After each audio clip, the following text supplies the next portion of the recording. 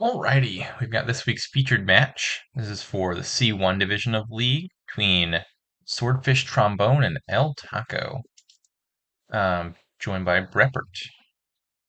Hello, everyone. So, not a lot of matches so far in this division. Swordfish Trombone is on the ball, unfortunately, with a 3-9 record so far, so they're probably looking for some wins here.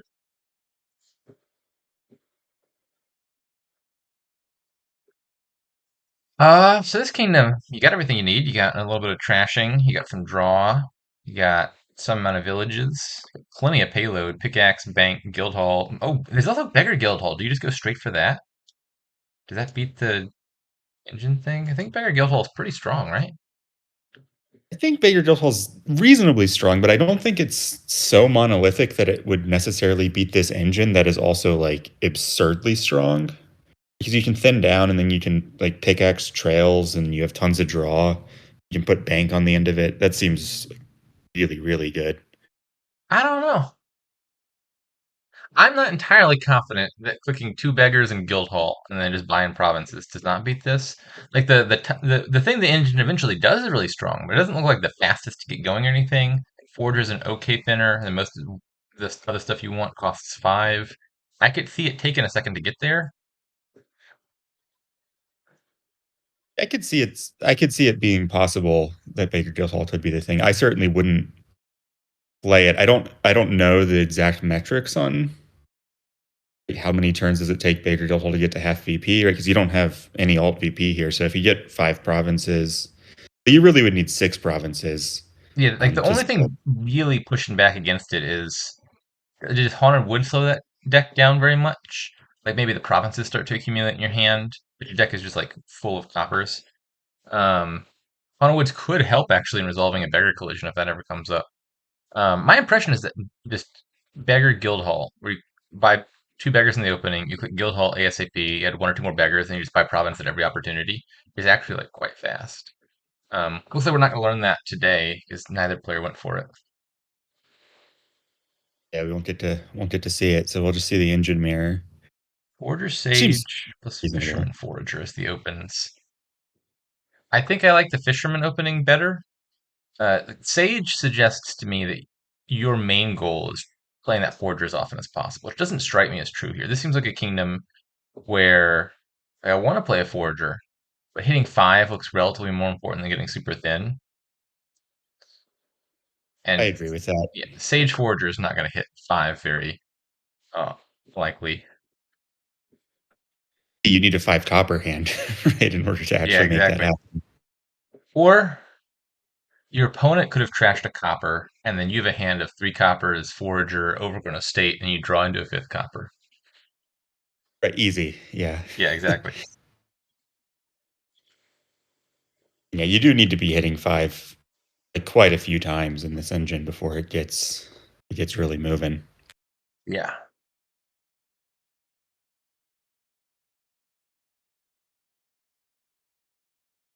Trail is an interesting buy. I don't think Trail's doing a whole lot here, is it? You can trash it I with don't think it really Forager for does a village anything effect. until you're sort of going. I think the potential upside of Trail is you can spend your $5 buys on the draw cards, like True and Haunted Woods, and then you can forage your trails to get an action out of them. And then that alleviates the need to spend $5 buys on Longship for a village. Yeah, that's of use, but you're definitely wanting to like thinning here because the payload density is so high. Like Hmm. I'd be so eager to trash coppers rather than Yeah. like, be doing that.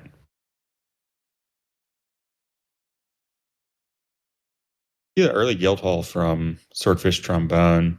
Guildhall does seem good here, certainly with pickaxe, but I don't know that it's all that important really early because you'll get a few opportunities to use it, but not a ton. I confess that I'm a little confused by that. I was about to say I understand it when I saw that a pickaxe had been gained, but the player that has the guild hall is not the player that has the pickaxe. So if you buy Guildhall and then pickaxe, you get a coffer for it. Hey, maybe they're about to buy a pickaxe.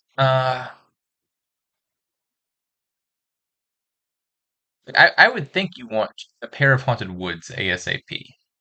Um, and Guildhall plus Pickaxe sounds nice, but it also sounds like you're really delaying the draw in the kingdom. Yeah, I think I would be really tempted to just buy 200 woods before I buy any pickaxe stuff. Just try and get control, and then once you get control, pickaxes and trails, and you're flying at that point. Yeah, I don't even think I would be taking a second Forager here, at least not early on. I think one Forager seems potentially acceptable, but hitting five seems like the top priority. I want like Haunted Woods, Guildhall, Pickaxe, Longship Crew, something like that. And eventually the forges will clean out all the coppers and it'll be fine. I don't think there's that much upside to getting very thin here. Yeah, there's definitely a lot of upside to playing your whole deck, but you don't have to have zero coppers. You definitely don't want five or six.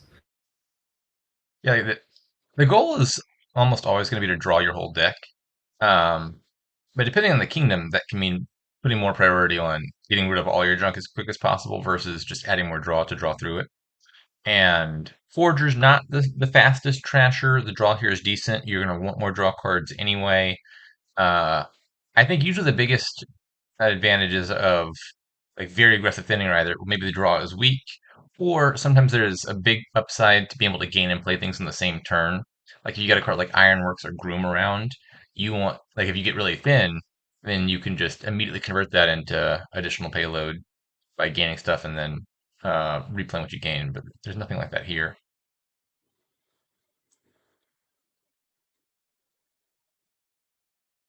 I'm Yeah, going definitely to better. claim that your guild hall beats whatever's happening right now. I would say that that's probably true because I would guess Baker Guildhall is six provinces by, I don't know, 14 turns. Right? And so if you only have another five, 6 turns here as the engine to get three provinces plus a bunch of duchies, that seems a little dodgy. See if I can find some benchmarks for that. From Akuchi. Probably be the person who had numbers on that. Okay, here we go. According to Akuchi, Beggar Guildhall, turn 8 to 11 hits 4 provinces. Turn 10 to 14 hits 6 provinces. That's a decently wide range. I think that's because it can go real badly if the beggars collide. You only have like 3, maybe 4 beggars in that deck. And if you see 2 in the same turn, you're really sad. Uh, so 10 turns on the fast end would be coming up in like one turn. 14 turns on the slow end could be bad. There's definitely a big difference between if it's 12 turns to six provinces, like that's obviously correct, I think. If Yeah. it's 14, not so sure. Seems like it's probably about 12 in the average case. And maybe that slowed down slightly by Haunted Woods here, but probably not that much. Oh, Yeah, as the none of season these is players going, has Haunted Woods, so I guess it wouldn't be slowed down by Haunted Woods in this particular case. it would certainly be really important in a non-mirror to prioritize getting that haunted woods, like first reshuffle, maybe even. You see a crew finally being picked up. And they do have. It looks like they're going more forage or trail as village, which makes sense given that Longship is the only other village and cost 5, a really competitive price point here. Drew is the first draw card. Interesting. I guess the deck does have a bunch of cantrips in it, so you're likely to be able to play that crew every turn.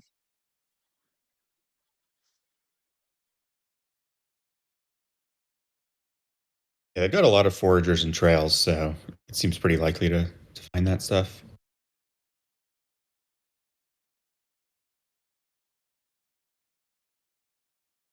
Balloons. That's actually probably a pretty good loot to get here when you don't need the plus 5 reach and want a lot of payload. It seems amazing, really. It seems like the best loot to me.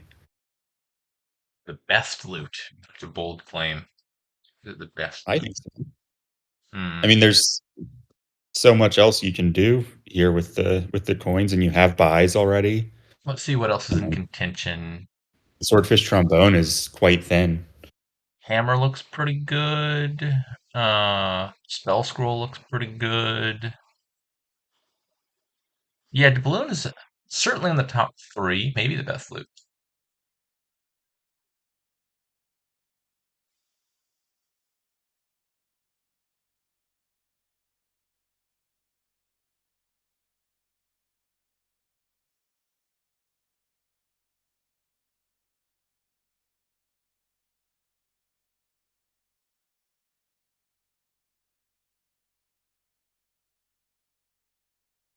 LTaco's still not drawing their deck.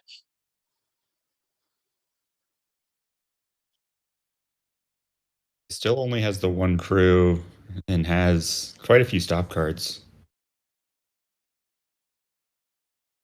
What are you buying here? Longship and Haunted Woods?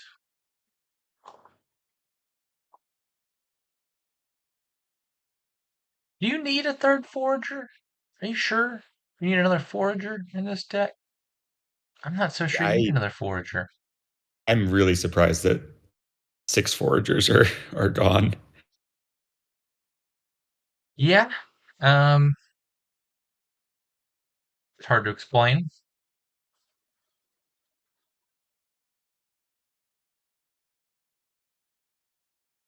Figurehead oughtn't be that important, but given that both these players seem to be struggling on draw, that's actually a pretty good loot for them as well. Yeah. Yeah, figurehead's always. I mean, unless you're absolutely need the money every turn because the game's really close, right, that just helps you out. Now you can do all sorts of other stuff.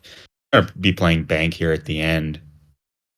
I think worst case scenario for Figurehead is usually something like Jeweled Egg plus Donate Kingdoms, where all you really want is the payload out of the loots, and then Figurehead sucks because you get stuck out of play every turn, and it's a context where you don't need the draw. But on average, I think plus two cards is a lot better than plus three money. So Figurehead ends up being pretty good most of the time.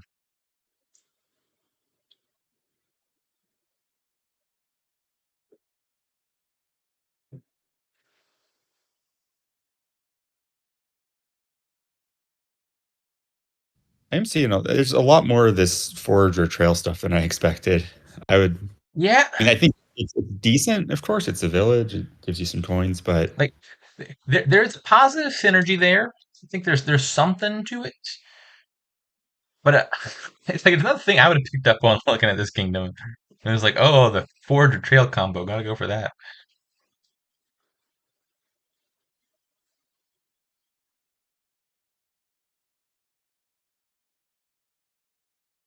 So, uh, Bank is gonna make a lot of money here, but it's not gonna surprise me if we don't see it added for a good while, because you're just naturally getting a ton of money off of Pickaxe plus Guildhall, and then you probably want to be spending most of your buys on the draw cards to support that.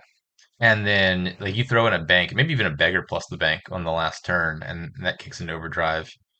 Uh, but there's probably no rush to do that. yeah, just the way these decks are going, where they're sort of struggling for control. Other than the fact that they're able to forger a bunch of trails, I guess. Um, yeah, it's tough to find the right moment to add that bank. The way these decks are. I also really like the idea of adding a beggar late in the game. Once you've got a bank in your deck, you play a beggar, you get three coppers, you get three coffers. That buffs your bank by three. It's like plus nine coins right there. Yeah, it seems good. It seems like you might even want multiple beggars for that last turn. You don't Yeah, need to play your Hundred Woods. You can just play beggars. unfortunately, pickers can't be beggars. It made me slowly chuckle more than I'd like to admit. It's the best type of chuckle.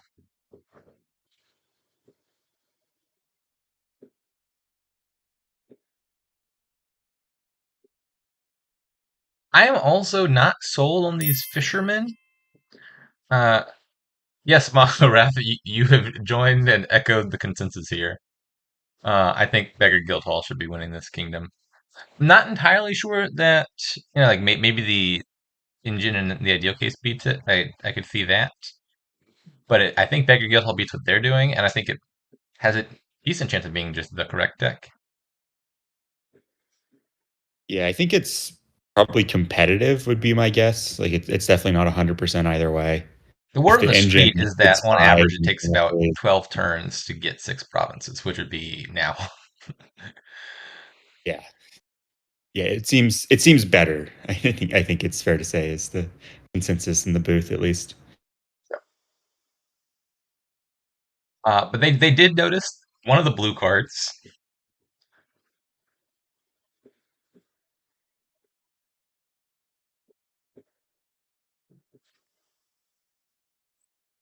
What's on their ban lists? Let's investigate. Oh, this is a sparse ban list. These players are deficient. Rebuild, Wall, and Swindler. All three. Oh, that's not even the ban list. That's just the dislike list. Wow. If you got room in your ban list, why would you accept 50% when you could have it be 0%? And I will never understand people who don't ban possession. I just don't get it. Yeah. Like, don't you play the games and like experience what it's like and like are like, yeah, I'm good.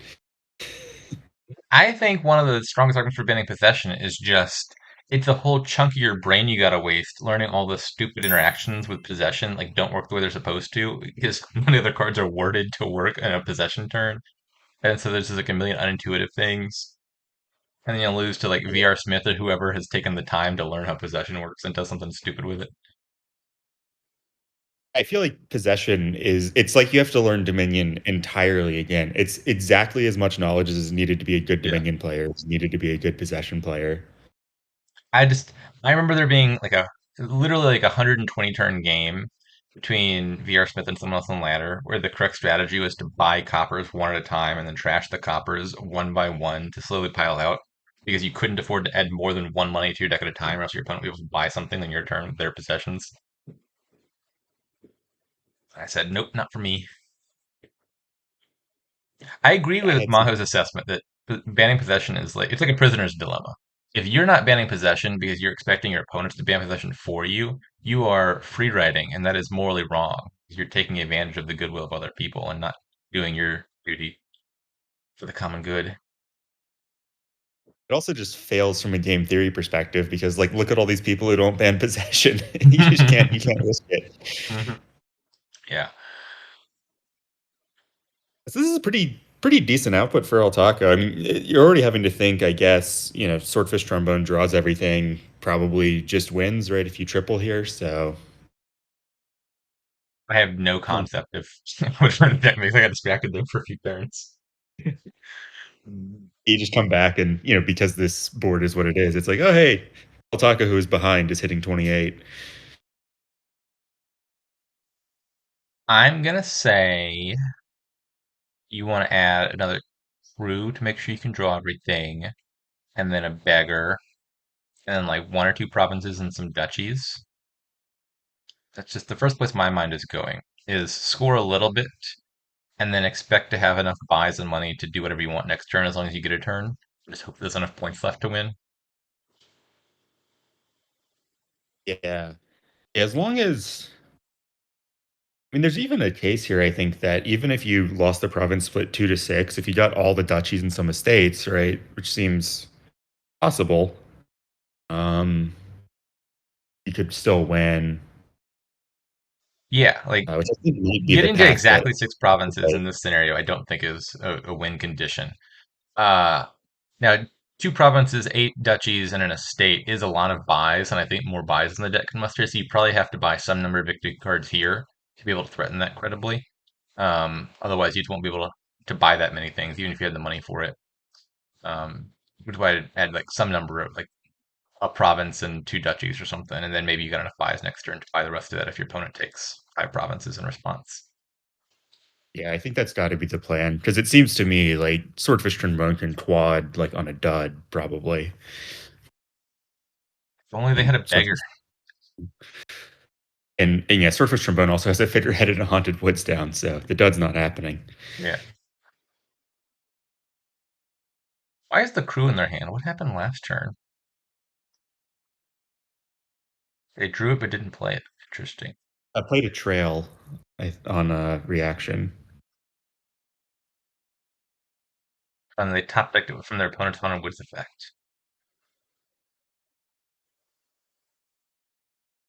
Oh right, because the trail drew the insignia, not the crew. think two provinces is wrong. Again, just on the case that if Swordfish does five provinces here, I think there's some chance you could beat that on the following turn. You have like one province and a few duchies. And two provinces makes sense if you think the bound of Septi's deck is four provinces, or if you just think that you can't win versus five provinces anyway. Right. I would guess that SFT has Oh, quite a gotta be bit careful more. about the piles here too. How many buys does SFT have? 8 buys would win here.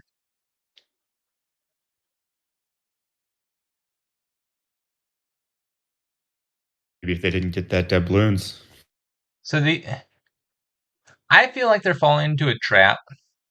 You know how stores will offer like limited time discounts to like psychologically manipulate you into thinking that you got to buy something you really don't because like oh the opportunity might go to waste. I feel like that's Fisherman in a nutshell. These decks don't need more money; they need like buys and draws. But I think each of these players dutifully buys one Fisherman every turn anyway. Because like oh the first one costs two, and I need to get it while it costs two, otherwise I won't be able to buy multiples in the future turn when they'll cost five. Yeah. I think The it does. It Insignia definitely player actually does could that. top deck as many as they want. If you buy a Fisherman and then top deck it with Insignia, the Fisherman will continue to cost two, and you can buy as many as you want at that price. But you don't really need Fisherman in this deck very badly.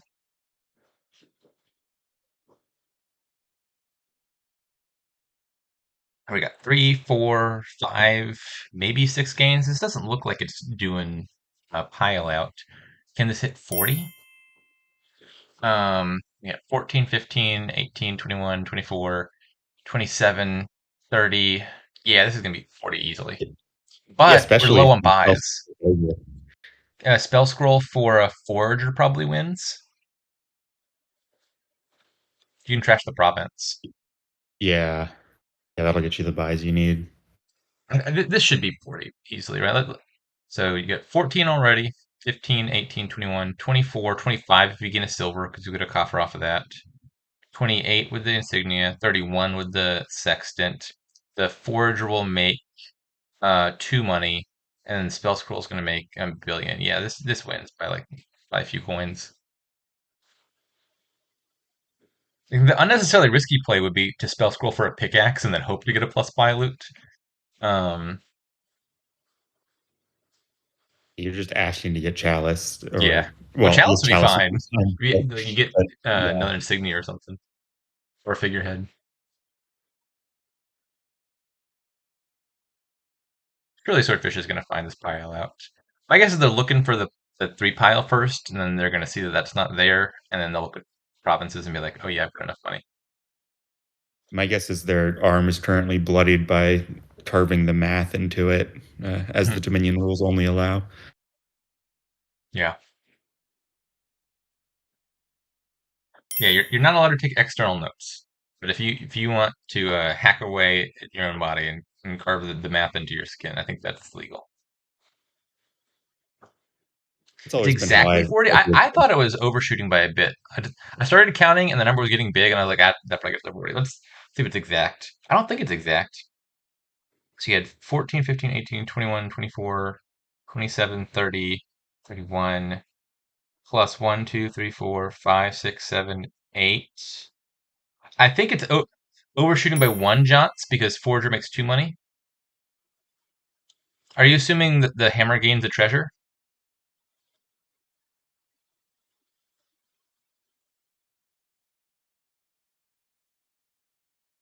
Okay, it's closer than we uh, alleged. There's two things you can miss here. You could miss that hammer gaining a silver will make you one extra coin off of guild hall, and you could miss that spell scroll playing a forager is going to make two money, not one, because there will be a spell scroll in the trash by the time that forager resolves. And like if you missed both of those but counted it up, you'd see 39 money, and then you'd be like, shoot, that's the win.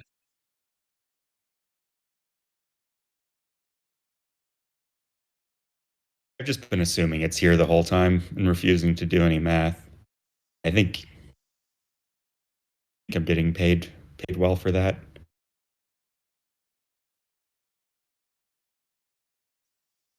Huh.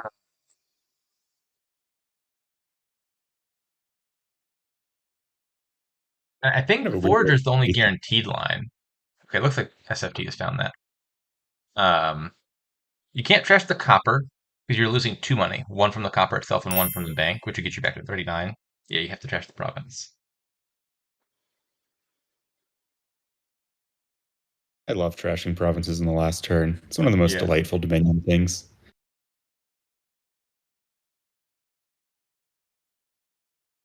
but it is cheating.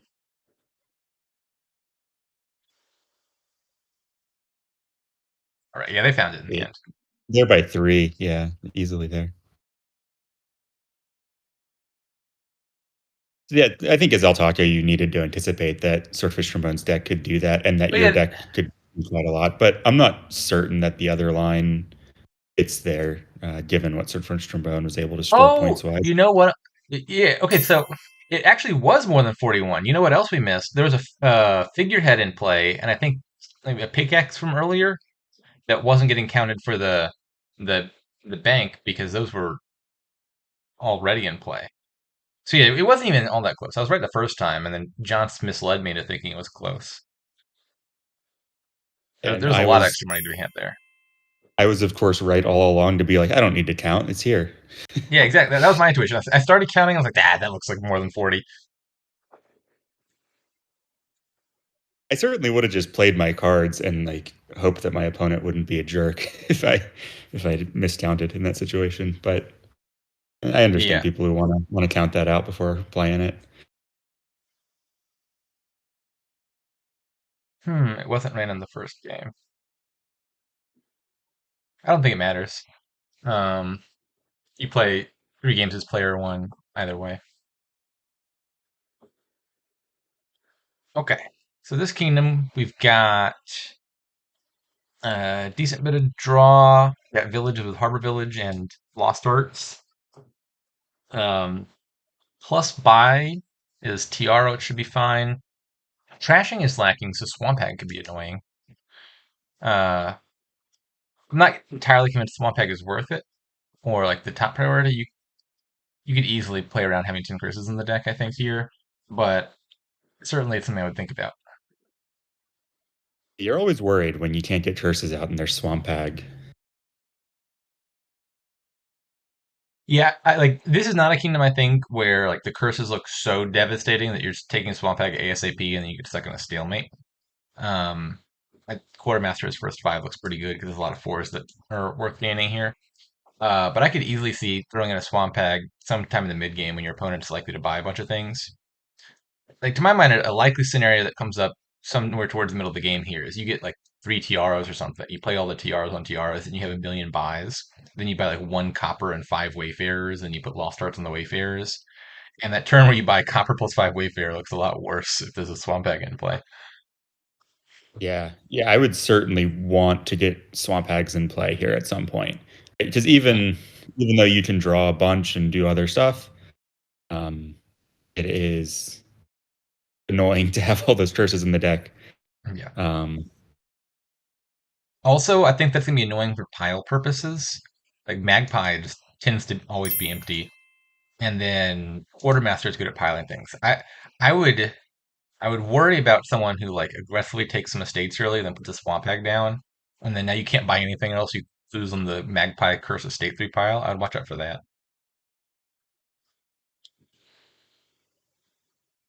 yeah, yeah, Tiara can generate tons and tons of buys. Definitely, the Tiara Wayfarer Lost Arts thing is a way to have quite a deck pretty fast here, and then you can have Royal Galley to make it more consistent. You definitely can really fight through these curses when they come. And it's questionable about how important it is to get Swamp Hag going versus just sprint to that. I think It's a the discussion exploration of Magpie versus thing, Exploration in the opening. I think I'm leaning towards Exploration. I'm not sure. Exploration means you're 100% guaranteed to hit five on the next shuffle. Because even if you bottom deck your other buy and you hit 4-3, you can spend the one extra copper you got on the $4 turn to get a quartermaster. I think that's the best case for it. You also get at least one more copper villager off of it if you buy Lost Arts at some point in the near future. But mainly the hitting five thing. Magpie is still pretty good at hitting five and comes with the upside of potentially getting additional magpies in the snowball. Swordfish Trombone opens Tiara, which I wasn't even expecting as like an option, and then top decks it with 4 coppers. This is like a stupidly good draw for a TR opening. Uh, TR turn 3 hitting 5 is the dream draw. What? I mean, No, it's you fisherman. bastard! No, Don't surely that's the fisherman trap we just talked about. I mean, that's got to be you quartermaster. Has you got to you be were correct. you were given everything in life and you squandered it on a fisherman and a wayfarer? That is disrespectful to your tiara. That I mean, at least they got a quartermaster turn 4. Like you could have that quartermaster in play already. It's the advantage of Wayfarers. It gets your cycling going a little bit. It was able to make 3 estates miss the shuffle. Like it kind of Yeah. worked out, but we're still refusing to This to is this top is deck the fine and all, quartermaster. but like it's like you got the quartermaster one turn later. But you didn't top deck that quartermaster. So this could be like getting the quartermaster in play 2 to 3 turns later. And it's collided with your wayfarer. That's called justice. Oh, actually, you have a villager. Maybe that's not justice quite yet.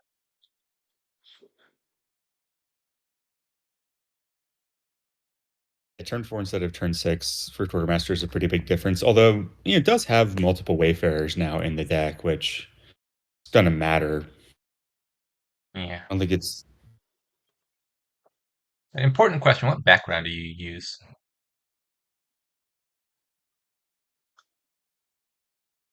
Are you asking me? Yes. Well, Oh, I I guess I use. could be asking other people in the chat. Yeah. I was for some reason I thought. Yeah. Anyways, I thought you were asking like one of the players, and there was some way to see it somehow. No. But that's just I'm silly. I use the black, boring final one. I'm inspired by. I learned how to play by Mick Seanock. And I think that he's always favored the boring backgrounds, and I've always thought that that was a clear competitive advantage. Uh, but that's just You me, I suppose. Maybe. you play best when dull and aesthetically uninspired. Right, right. When I'm not looking at a beautiful seaside and sort of wishing that I was elsewhere, Hmm. um, I play well. John says background 7.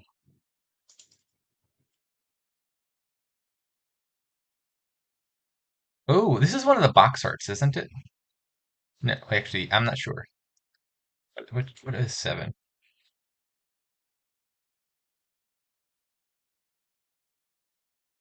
I don't even know where this is from. There's a weird monkey thing in the top left. You just do like BG7 or something in chat, and does it The note command that? doesn't work anymore. When they did the big interface, I'm not exactly sure why, but they got rid of all of the slash commands except for backslash or forward slash undo. Um, Interesting. Okay. Most tragic is getting rid of the slash resign command. This is Hinterland's first edition box art 7. I Aha. mean, that is Ah, that monkey in the corner. You might recognize as the famous Discord avatar of someone rather famous. is it? I would I'm I drawing. would say certainly. I'm drawing a blank. I feel like I shouldn't help here. Who's this monkey? I don't know. I have no idea. Do I recognize this? It's It it's does. It me. is like vaguely ringing a bell, but like I'm getting nowhere. It's my Discord avatar. Really? Yeah. I thought your avatar was a dog. No, it's a monkey hanging from there. It's What? it's exactly that. I swear to God, it was like a black and white dog. Did you used to have a dog as an No. avatar? I used to have a dog as an avatar, but it was Aha! a full color Australian tattle dog, and it hasn't been that way in like 3 years. I just haven't mentally updated since then. It's still a dog in my head. Oh, well, look at that. I guess there's a game of Dominion going on, uh, in which LTaco has most of the Wayfarers. So it does seem like the stuff that Swordfish Trombone was doing to just get a few Wayfarers early rather than the Quartermaster down has probably ended up costing. Although I haven't watched closely enough to conclusively say that that's exactly what happened. Interesting. Yeah, so they forwent the quartermasters, but they got this Lost Stars Wayfarer stuff set up very quickly. And Lost Stars Wayfarer does look like a very good thing to do here.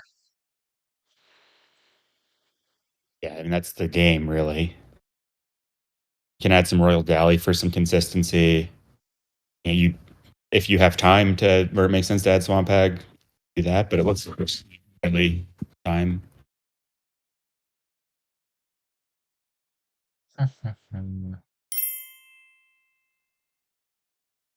That is weird. Didn't one of the players open with Magpie and trigger it turn 3?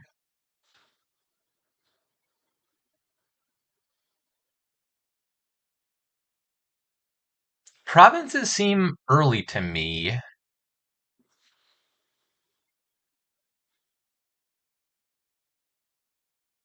I don't know, like if I were drawing my deck here, I would think about adding a Swamp Egg next.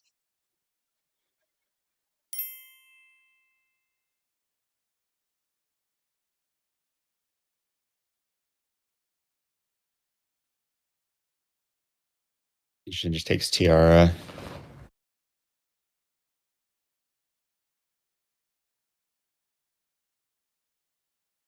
The silvers make it difficult to consistently draw this because once the Wayfarers are gone, you don't have Royal Galley. Uh, Five card Yeah, hands here. like you're gonna get hands like I mean, it looks like as Johnson's pointing out, it looks like they're far enough ahead that it's not gonna matter. Like SFT is still dudding here. Uh, but yeah, like I would think the next step once you got this Wayfarer stuff is then you get a Swamp Hag, you add some more galleys, or you add maybe even a Quartermaster, and then you build a deck that plays those Wayfarers consistently every turn, rather than taking the early provinces and cashing out on deck quality.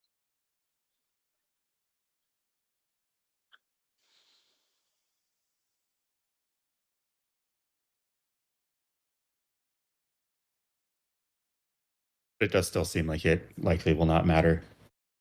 Oh, unfortunately, Royal Galley cannot play Swamp Hag because it is a duration code.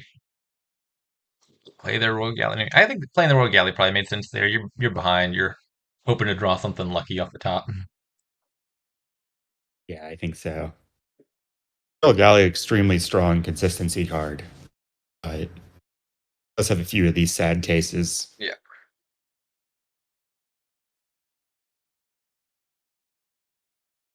Yeah, I think Royal Galley is still quite a good card, but one of the things I didn't notice when it like first released until playing with it a bit is it does create awkward situations more than you'd think. Like you draw two Royal Galleys in the same hand and then they're terminal, or you draw it with a duration card or something like that. It's not quite as good as a duration lost city.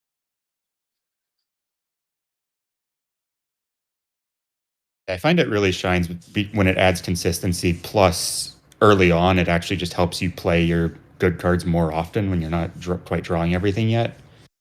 Yeah. So it's really good. But yeah, the two Royal Galley stuff happens. It's certainly nowhere near as sad as like Shop when it comes to that kind of stuff, but it happens.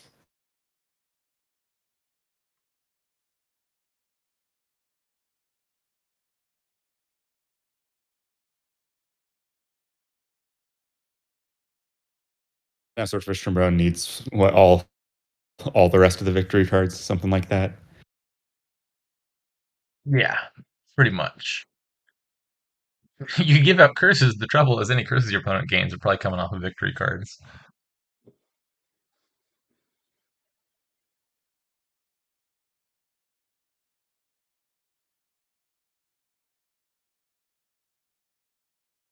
It is curious to me that the player who has two quartermasters down is also the player with no magpies.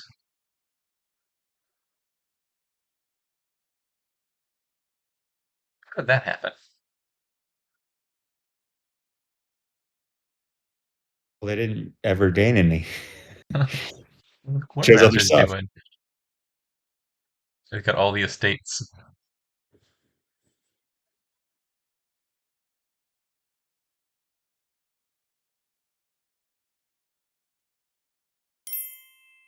Yeah, I think that's a fair resignation. I would say so. Xerx could have found that resign line like 4 turns back. Oh yeah, Xerix would have been. He is a professional resigner. I aspire to reach that. I try to have a reputation for being a fast resigner, but You know, I've he got finds lines that like you would never think of. Uh, it's truly impressive.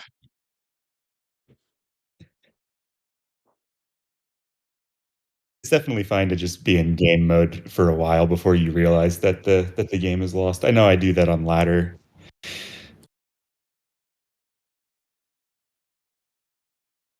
Alrighty, this kingdom looks uninspired. We have no village. Is this just Margrave big money, probably? Maybe Um, with a Sentinel first to kill a few estates? Or do you play like a Will-O-Wisp deck with, I don't know, Outpost as a terminal action card? I mean that's your only option. I mean you could do Druid Wisp. You could even Cartographer add to that deck. Yeah. That seems Without hesitation, so I would build small. the Will-O-Wisp Cartographer deck on the ladder. Um, I'd think about it a little bit more here. Um, I I could definitely see the Will-O-Wisp Cartographer deck being the thing to do. Uh, it potentially does like double Province later in the game. I if someone goes for the Let's Druids, see. I will root for that player for sure. I'm not sure if it's correct or not. These openings are interesting. Sentinel remake, very aggressive trashing. Um, hmm.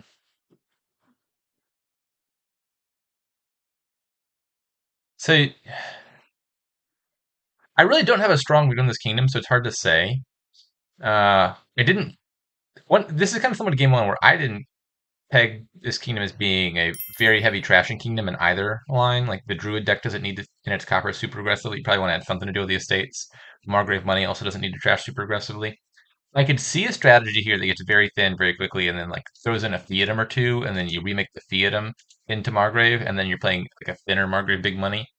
Maybe there's some upside to that.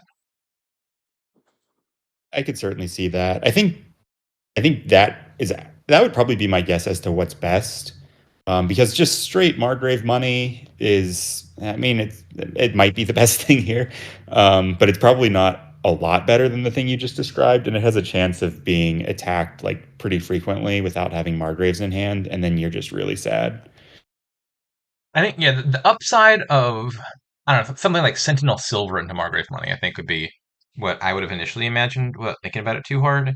Is you're playing the Margrave from a much earlier stage, and then maybe that does a lot of damage to this deck. Like imagine if this deck is getting hit with Margraves as of like turn 5.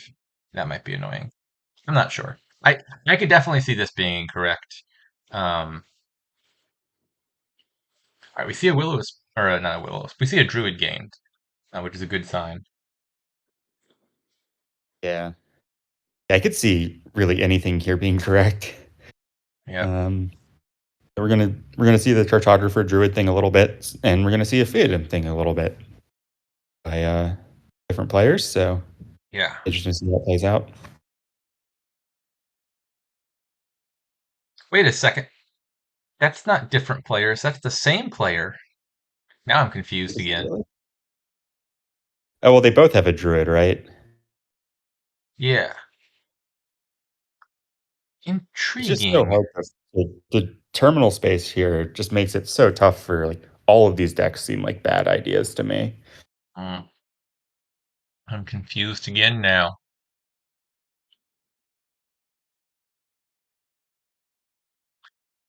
So you put a Theatum in your deck, you remodel it into a 5, you've added a bunch of payload real fast because you got 3 silvers in your deck. 5 is probably a Margrave, and then you start buying provinces. Like that plan makes sense to me. You get druids early, you play one for a Will-O-Wisp each turn, you acquire a bunch of those, and then they draw each other, you line them up with Cartographer. That deck makes sense to me.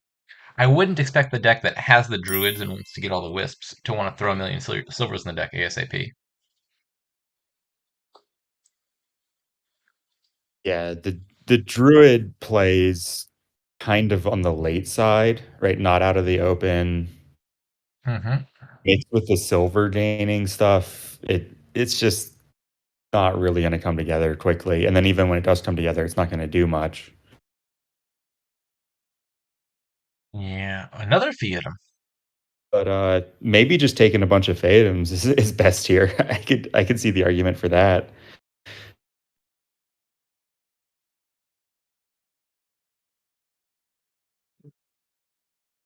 How many terminal action cards does Swordfish Trombone's deck have? I see four right now. They've got quite the diversity, none of which is Margrave. The total terminals in the decks is kind of wild on both sides. I mean, the slight upside to a double terminal opening is if they collide, you at least get some arena points off of discarding the other one. Those have now all been given out. All right, so now Swordfish Trombone decides they do want a Margrave in their Druid Will-O-Wisp deck, apparently.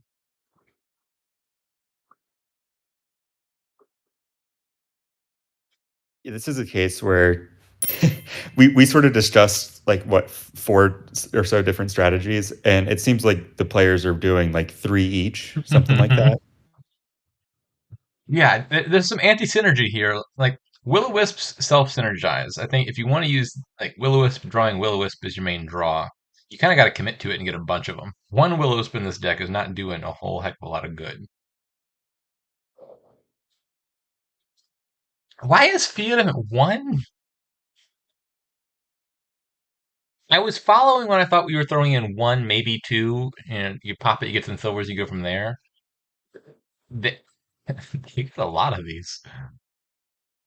Yeah, it's not a Right, lot of Fiatum is points. empty. They're gone.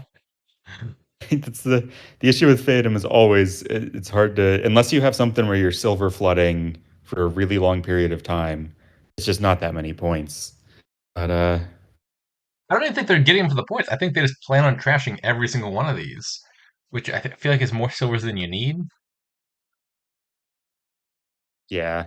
Well, I mean, I guess it's a good way to resolve your terminal density problem, and both players have Yeah. that. They're dispersed in a sea of silvers. If you're playing something resembling big money, I think it is often the case that like you need fewer treasures and less of a long-term strategy than you'd expect, and you just get just enough in between earlier. Like you don't need a plan to get 12 silvers in the deck. Right. Yeah, especially in a mirrored money game. Um, Also, keeping I in think mind that like a deck full of silvers does not hit province under a Margrave attack because your best case hand is three silvers. So you need to find, for example, a Margrave in that hand to get to eight. right. Surface Trombone is getting rewarded, I think, for doing a little bit more building, having some Cartographer Wisp in the deck. Not quite as many Fatum, I don't believe. Two total cartographers for two total Will-O-Wisps. Maybe you managed to line those two cards up. At least it possibly happens, and Yeah, it it rolled it here. yeah.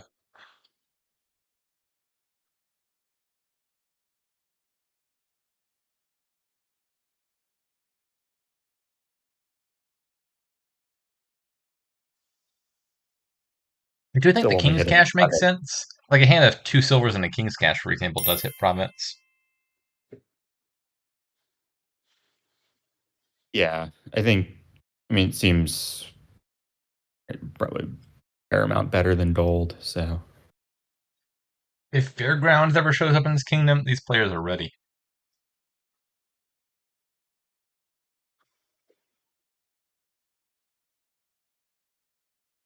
no moneylenders though. Although they'd be prepared to remake one of those silvers into a moneylender Yeah. for sure.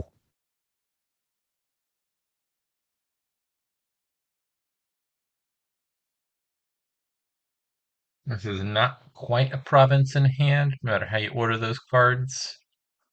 Uh, I'd probably leave one copper and one silver on top, and then hope to draw something good off the second will-o-wisp. Or just draw a copper, I guess. How many coppers are even left in the deck at this stage? That was quite lucky.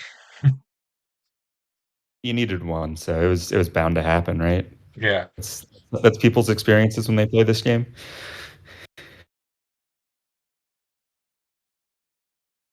Look at all my terminal action cards.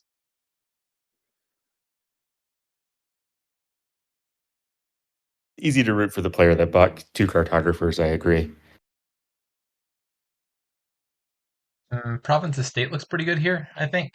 Your opponent's not likely to beat that.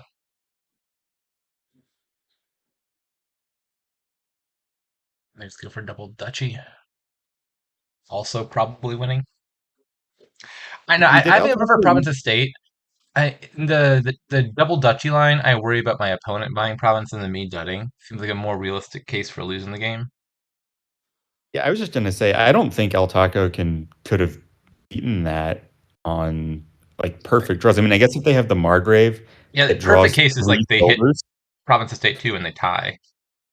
but in order to do that, they need to hit 10, and they had a three-card hand. So they would have had to have two silvers and Margrave in hand, and then draw three silvers with the Margrave, which Hmm.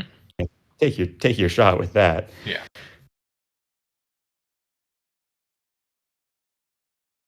Oh, they're going for Fiat. I was expecting El Taco to buy the penultimate province there and take a risk, but they said no. Want how many Fiatums are left? Four? They have a bunch of Fiatums still in their deck. Fascinating.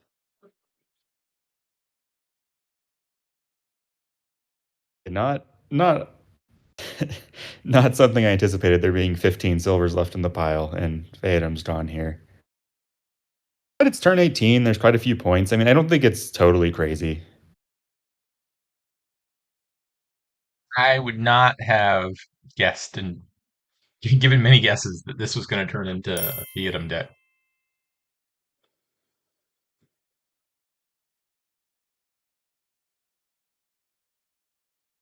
At most two. Oh, wait.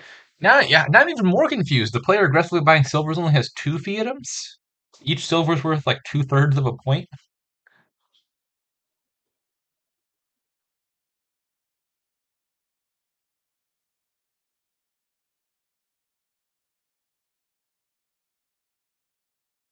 Ah,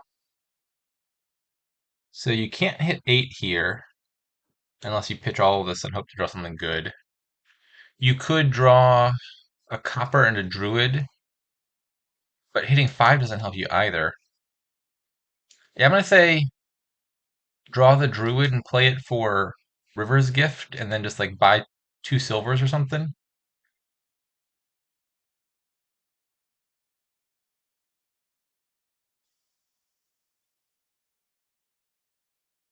It could also be two estates, although SFT is close-ish to triggering a shuffle.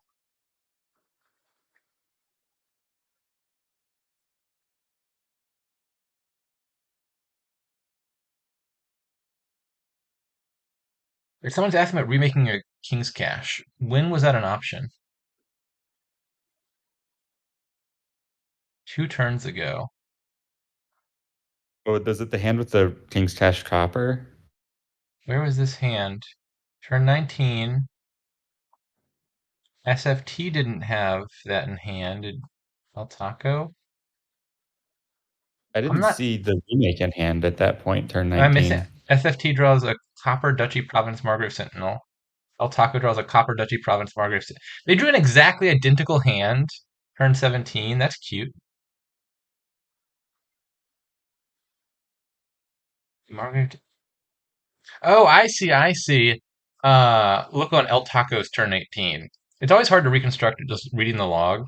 SFT drew into the remake off their opponent's Margrave attack. I see.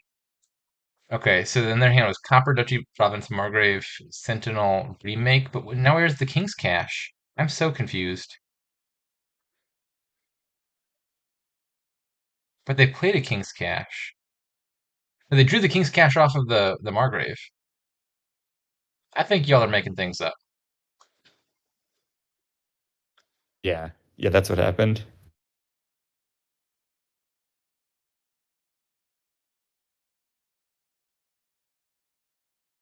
Nice that Alas, the log move LTaco has feature. 8, cannot buy the final province for they are behind by 7 points.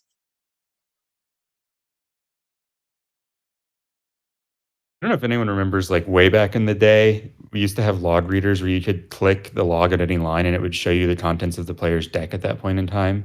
That sounds cool. It'd be really nice to have that, plus, like, just show their hand as well. It'd be cool features. Yeah, like in some sense, you could like boot it up and then click undo to see what the game state was like at that point in time. Um, it'd be nice if there was like a more integrated replay sort of system. I've seen a lot of folks ask for something like that.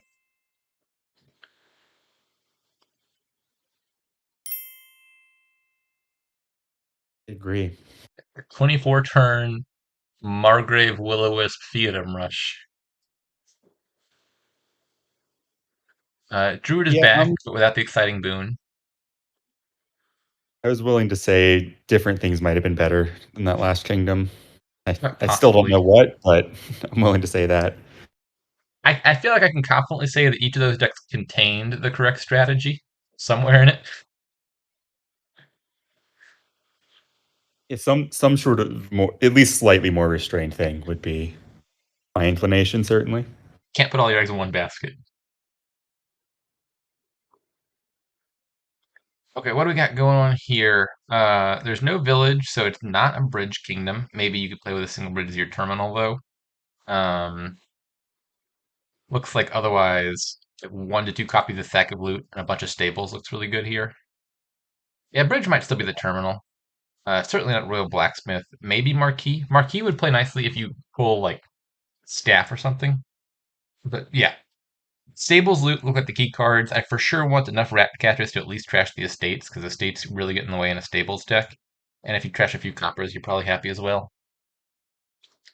How do you Yeah, open so here? you're opening Ratcatcher plus not certain. Ratcatcher Silver sounds reasonable. Ratcatcher borrow for a stables. Maybe double Ratcatcher, plan to borrow for a stables on the next turn. I could even see yeah, Ratcatcher Bridge sounds all right. Bridge is effectively a silver for most purposes. And if you don't plan on getting Margrave, or sorry, not Margrave, Marquis in the near future, then there's no real downside relative to silver. I like the bridge. I like the bridge quite a lot, really. It probably helps you win the stable split more than anything else, and Yeah, I'd be I, really I think interested in that. Bridge Ratcatcher is a what did the other player open? Druid. Druid and borrow for stable. So they have they had the 2/5. There's no way Druid's better than Ratcatcher here. Not even close. Yeah, I Druid would. trashes, but it's terminal and doesn't draw a card. The only upside is it trashes a little bit faster because you don't have to set it first. But yeah, Ratcatcher is clearly better here. A Druid borrow for stables makes it harder to keep buying more stables. Like that deck is not going to keep hitting 5 easily, Yeah.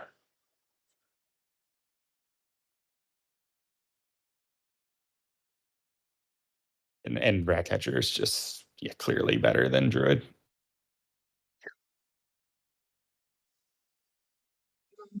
Faded Sack of Loot is interesting.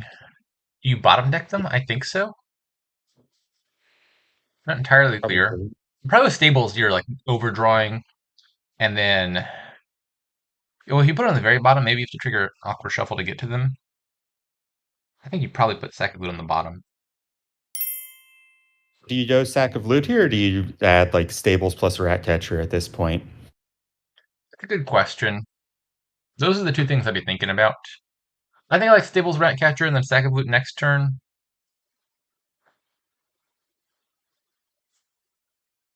I think that seems good to me, given that the deck is still pretty pretty thick, and you want to be playing your Ratcatchers consistently still. Yeah, just like Jaunt said, keep clicking Stables until you raw debt. I don't know what that means. Look at it for a second, and you'll figure Oh, out what you he was draw trying to that. say. Okay. Okay, yeah. Yeah. English isn't his strong suit. Maybe just typing, or You maybe have to give a patient. little bit of grace to the non-native speakers. Oh, I would like to give race on another account because I make similar mistakes all the time, and I can't be using that as an excuse.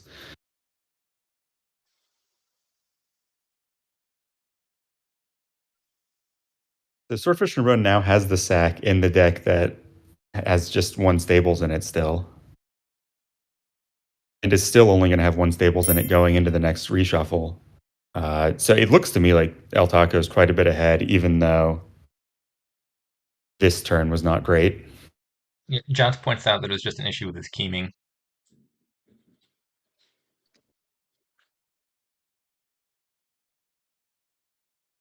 Oh wait, Surfer Shaboom it hits 5 with borrow. It still has to borrow to do that. I like El Taco's position. This deck doesn't have a sack of loot yet, right? I probably want to add one of those here. Yeah. I would have This been seems tempted good. double stable, but that seems stables borrow seems fine.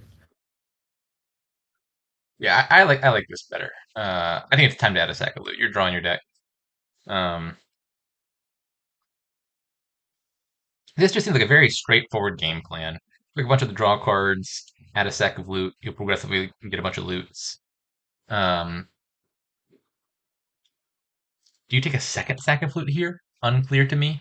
I think probably from here on out, I would just click stables until they're empty, and then maybe think about a second sack of loot. And I then think so. Like alternatively, maybe just consider greening, depending on how it's going from there. I think really clearly that um, once I get one sack, it's all stables, and then I'll see where the deck is, see how thin I am, maybe add a second loot at that point.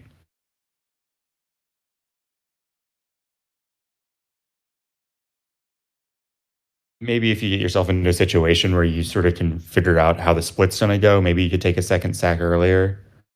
Uh, this is clearly double stables.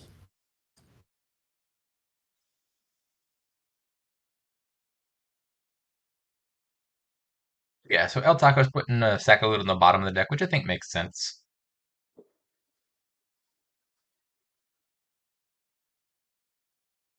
And now you hope you draw like you get a staff, you can add a marquee. I think you want to Uh, trash some number of these coppers with your rat catcher, but then there's this threat of what if you just draw into three stables and you're out of coppers? Maybe you just trash one. Yeah, I think just trashing one there makes a lot of sense. Just in case.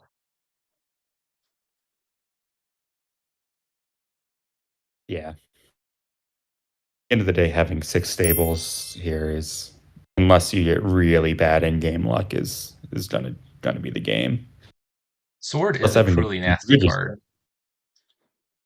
yeah, sword is really good here.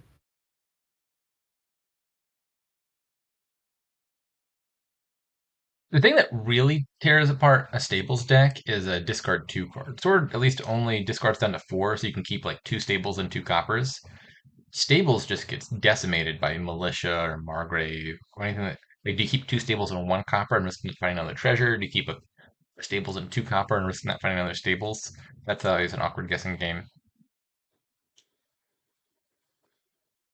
Yeah, the I mean, in this stables scenario, is like stops you from using a rat catcher if swordfish trombone had any, uh, because you can't afford to trash a copper when you've only got the four card hand. How do you feel about province plus sack here? I'm gonna say province plus cartographer. I don't trust the stables deck very much. I don't think you need a huge amount of payload. I think I just want to consistently draw my deck and not dud. So I'm fine with one sack of loot. Give me one loot per turn.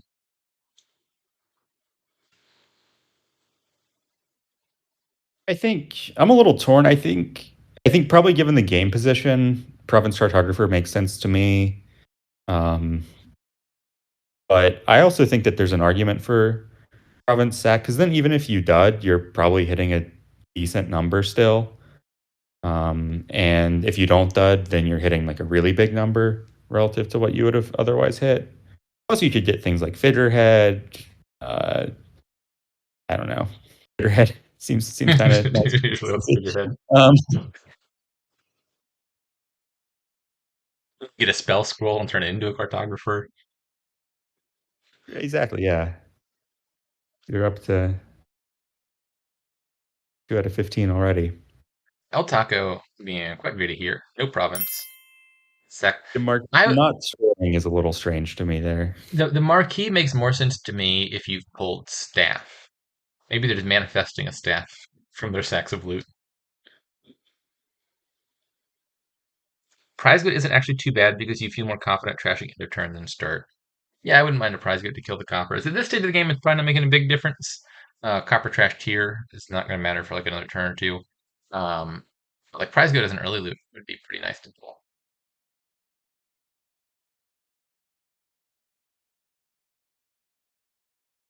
It is just egregiously unfair how Sword and Puzzle Box interact. Sword should discard one card. I say this like every game with Sword in it. If Sword just said like each player with five or more cards discards one card, it would be so much more reasonable. But every game with Puzzle Box also has Sword, and if you pull Puzzle Box, your opponent pulls Sword, well, it just kind of defeated the point of Puzzle Box. Oh yeah, I agree. You completely fix sword if you just add a few words to it. Yeah, It fixes the monkey issues. It fixes like all the stuff that's yeah, so annoying in sword. that is a greedy buy. Um, Royal Blacksmith. How many coppers do you have left? Three, four? You are surely not playing that Royal Blacksmith until end of turn because you have no villages. At which point you have all of your coppers in hand. I don't understand that buy. Maybe And they're having fun. top decking all three sacks? What on earth is happening over there? Well, maybe I think to me, what seems like the plan would be get a bunch of sacks, Royal Uh, Blacksmith, and uh, then play all your stables perfectly, and then Royal Blacksmith back your like sacks. And I don't think that's actually possible given the size of the deck, but it seems to me like that's the dream. is that facilitated by top decking all the sacks? Uh, I don't have anything for that. I'm sorry. Yeah. I feel like Marquis is just a straight up better draw card here than Royal Blacksmith.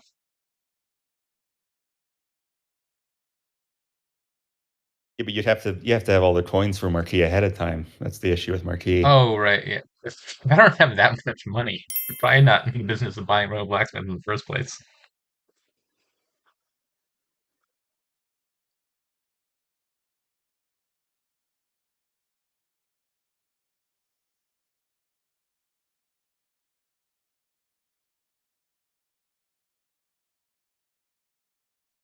Hmm.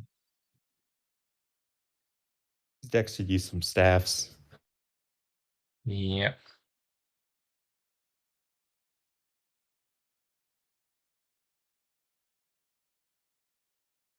Still would not mind a few cartographers.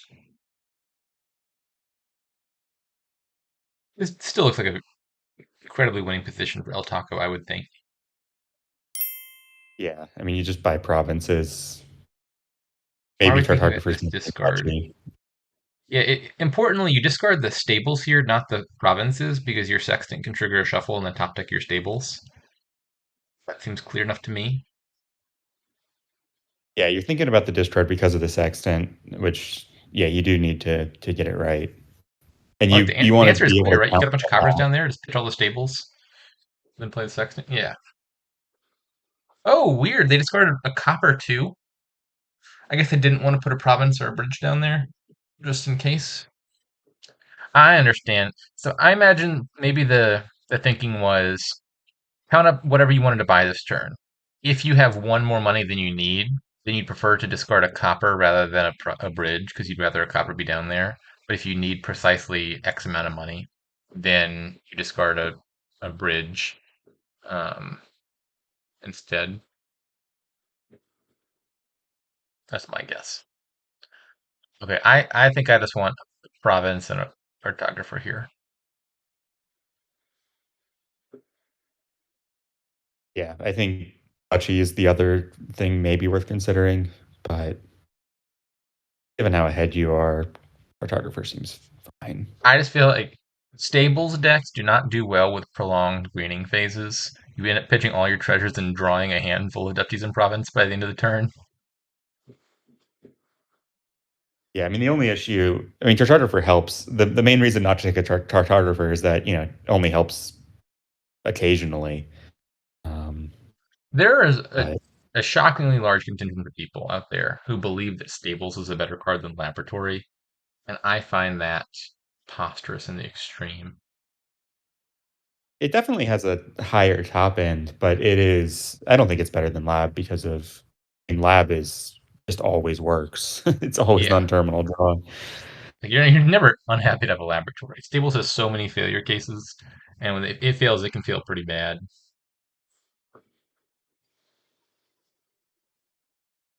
And then yeah, and then there are decks where you don't want to have that many coppers left around. So Yeah, like imagine throwing a village into this kingdom and you're playing a bridge engine with almost no treasures. Lab would be a great card in that kingdom, but Stables would not.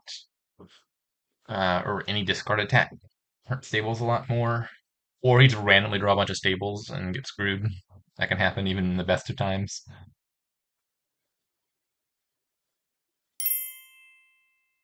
Double puzzle box. You can use your puzzle box to set aside your shield. If you could play shield and still set it aside, then it wouldn't feel so bad, kind of like trickster style. There have been cases where I use puzzle box to set aside shield just to block whatever attack. But like they're doing that here. If you're doing that to block the sword, like the sword is functionally still attacked you because it's stopping you from playing your shield every turn. yeah, it's expensive to Yeah. puzzle box shields for sure.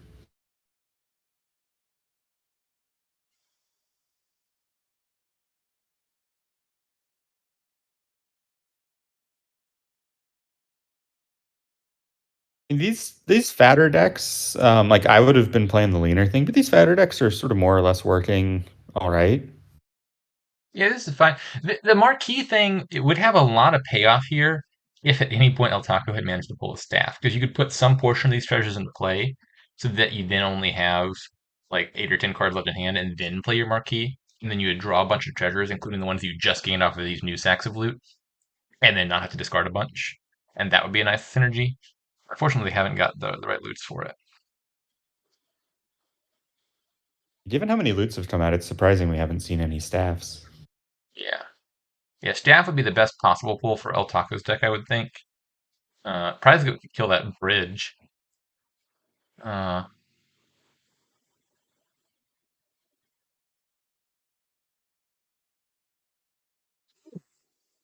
this sextant looks like more of an attack than anything. You get to top deck a bridge, but there's like 8, 9 other cards down there that you don't really want to see with it. So I said bridge, I meant stables.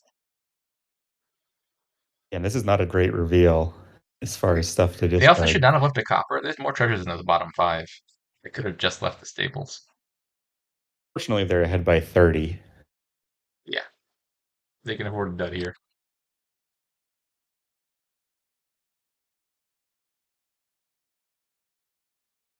And with Marquis, Stables, Topper, probably going to be able to see 8 next turn, I would imagine. Or they just need to see 7. Yeah. Yeah, this will probably still be a winning hand, even with a dud. Their deck has like a lot of loops in it. And there's borrow.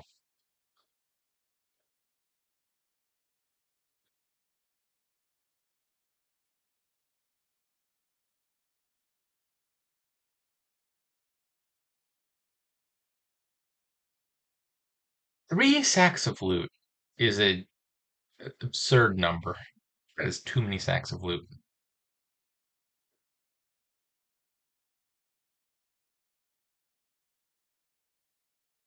Yeah, the loot to draw ratio is off. Yeah, you get 4 And at some point, stables. You're the not loots are supporting anything actively close to bad. that. Sorry, what were you saying? I was just saying at some point the loots are actively bad. Like your expected turn average is going to go down as a result Yeah. of.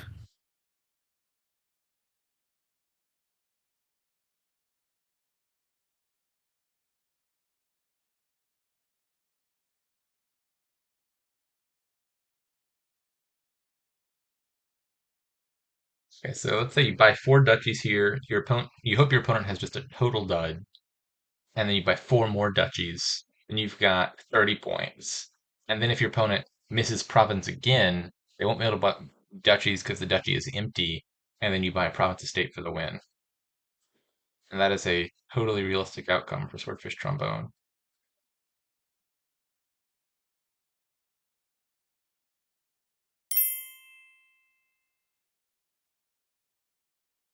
You certainly play for the dud. Yeah. Yeah, I think playing for the dud looks like just buying four duchies here.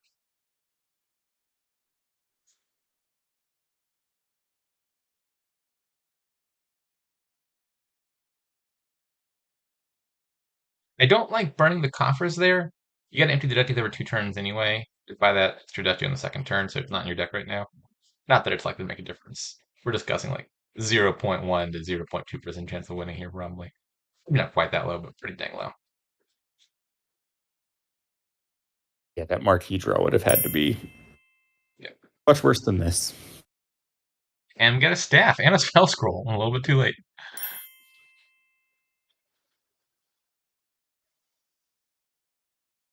All right, what is the match score? I haven't the foggiest.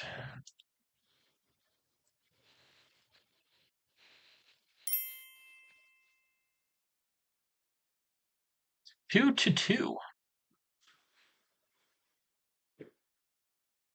A neck and neck match. All right.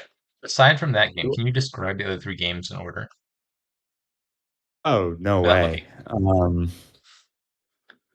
Uh, And who won? there was a Margrave Silver thing. That was the last one. Yes. Uh, Who won that? there was um nah, no way. It's Okay. not how my brain works. All right. So we got Margrave. You know it adds up to 2-2. Margrave Silver was won by somebody. What else do we got?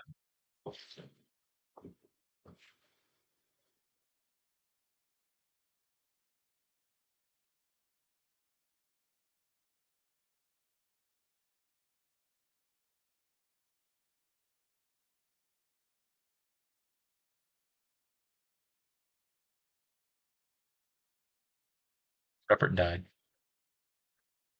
You're asking me to like come up with them? Yeah. Can you name the other two games? Oh, no way. I have no idea. I mean, I can go to Combat.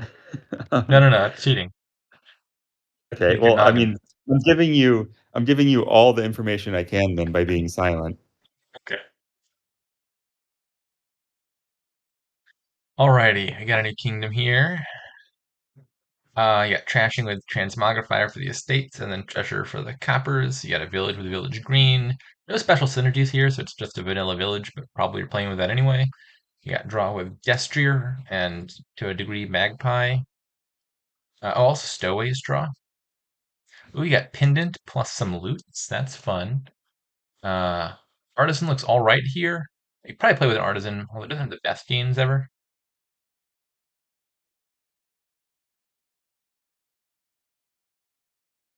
Yeah, that all seems right to me. This seems fairly miniony kingdom. Yeah, for the You're most part, straightforward. You limited can buy a on little bit of draw, a buys. little bit of trashing. But your buys have to be either herbalist or prosper, right? So that makes the destrier thing a little difficult Herbalist. to get done. This is like one of those Inglorious Bastard scenes. I said herbalist, right? No, no, you did not. Oh, I was raised in South Carolina. You'll have to forgive me for having a somewhat loose grasp on the English language. Breppert is a sleeper cell. Alrighty, and they both open with Magpie. Uh, Magpie versus Transmogrify. I think I lean towards Transmogrify. Well, Magpie is reasonable. Magpie Stowaway seems eminently reasonable. I was also thinking about something like Banquet Treasure. I think I prefer Magpie Stowaway over Magpie Banquet for Treasurer, but I don't dislike the Treasurer line either.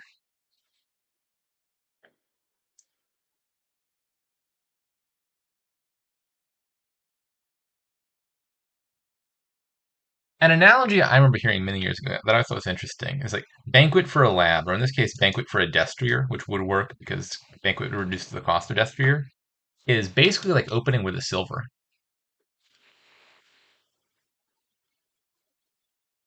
Uh, I suppose that's definitely true in the first shuffle, right? It's close to true. Yeah. Um, So, like, as opposed to adding one stop card that gives you two money, you add two stop cards that give you two money and one draw card that sort of counteracts that, and it all adds up to the same thing.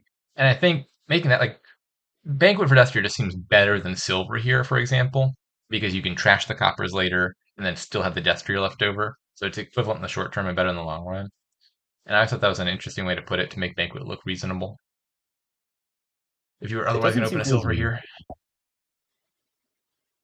Definitely seems pretty reasonable.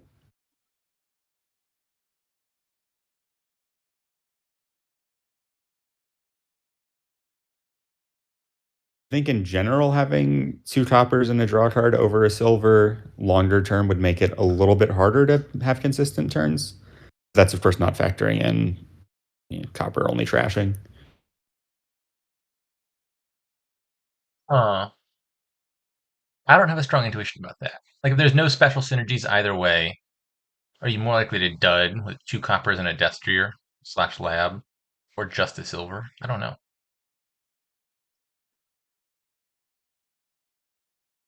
Yeah, I have a loose grasp on the math as well. Yeah, my intuition would say that anytime you add stop cards plus draw, it's generally going to be worse than just a stop card. But uh, I haven't run exactly that scenario through something where I can solidly say. So a cute little interaction here is a transmogrify trashing a state into stowaway. The stowaway can actually trigger on itself. It's in hand in the same window. And so it's like, oh, I just gained a duration card. It's me. I can play myself. And you can put it straight in play without spinning an action. It's always quite strong when you have multiple durations that you want, and you can do that in stowaway immediately play stowaway thing. Yeah, I think stowaway looks pretty reasonable here. It's cheap draw that you can gain off of transmogrify. Drawing cards is good. Uh, you probably don't need a million village greens here. There's not that many terminals, but you're okay buying a village green to trigger them. And then if you got a few village greens at some point, you don't even need to trigger the stowaways because you can just play them terminally and you have the village support for it.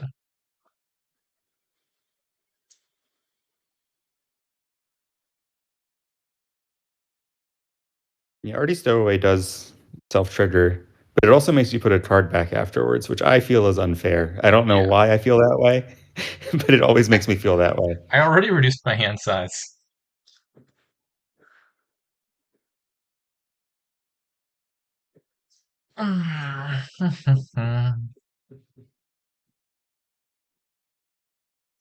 One player has two treasures already. I'm gonna guess it's the person who banqueted for a treasure and hence had nine coppers to deal with.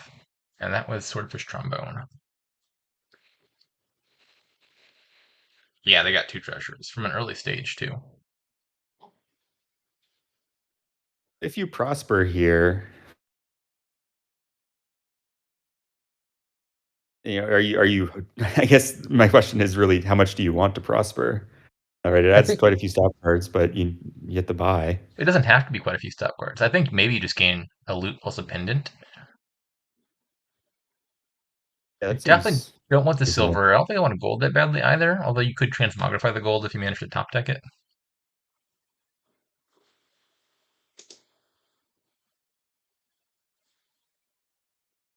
I think I want to click Prosper at least once or twice because plus buy looks useful here, and I don't want to play with an herbalist, although one player apparently has. Is this why you're mentioning herbalist earlier? It's a buy. Oh my, Steph, what have you done? Control F gains an herbalist and nothing came up.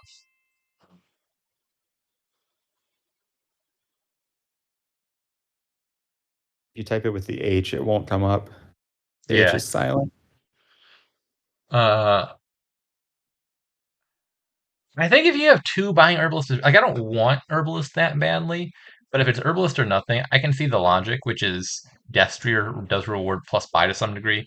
Because if you have extra buys after buying a bunch of stuff, you can convert that into cheap Destriers. I don't hate the herbalist, given that they apparently hit 2 and bought it versus nothing.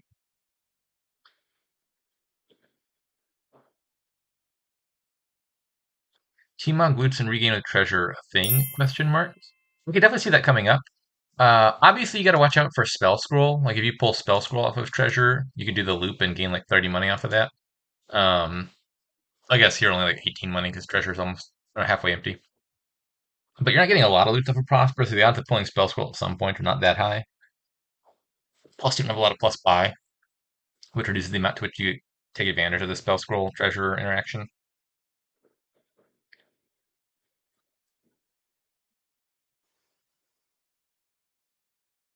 All right, I like taking a lot of destriers.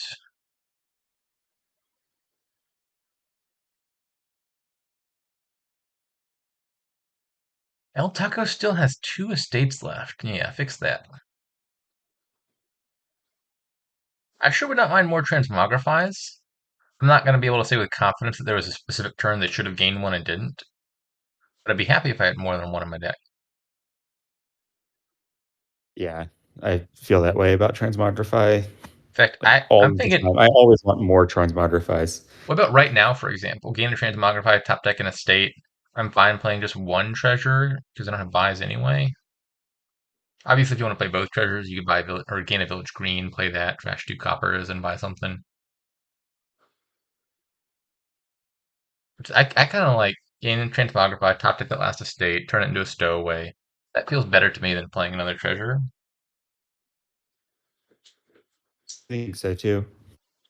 In the next state.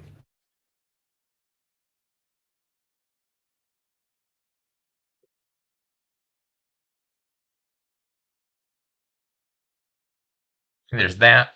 There's the most immediately obvious line, which would just be gain a village green to hand because you got 2 terminals and you want to play them both. I guess a third thing you could be considering would be like gain a destrier. You top deck a card, you draw one extra card, maybe hope to draw into a village or something. I don't know what else is down there. Okay, they go with the obvious thing, which is fine. It was perfectly reasonable.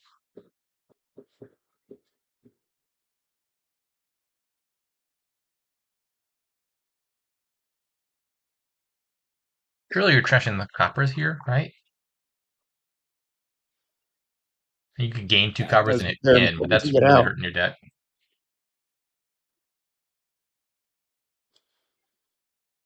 What'd you say? I just said that toppers are important to get out, Yeah. given the relatively limited nature of the draw and how badly you want to be doing prosper and This game is headed for a pile out. Magpie looks high. Magpie is never high. Magpie's at 9 or it's at 0.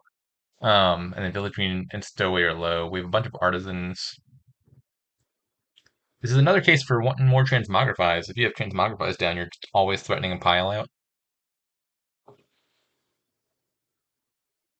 yeah. The Uh, transmogrify is so useful. so pretty sure if you gain a Magpie here, it auto piles.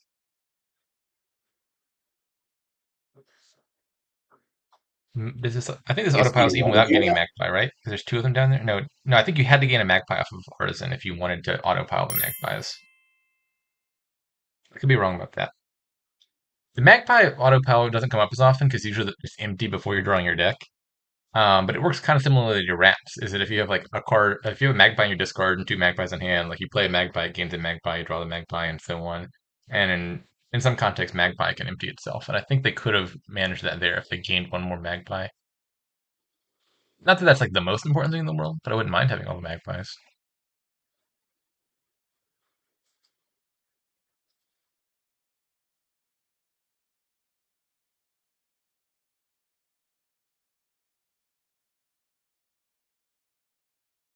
All right, Jules says plus buy, which makes it a perfectly satisfactory loot.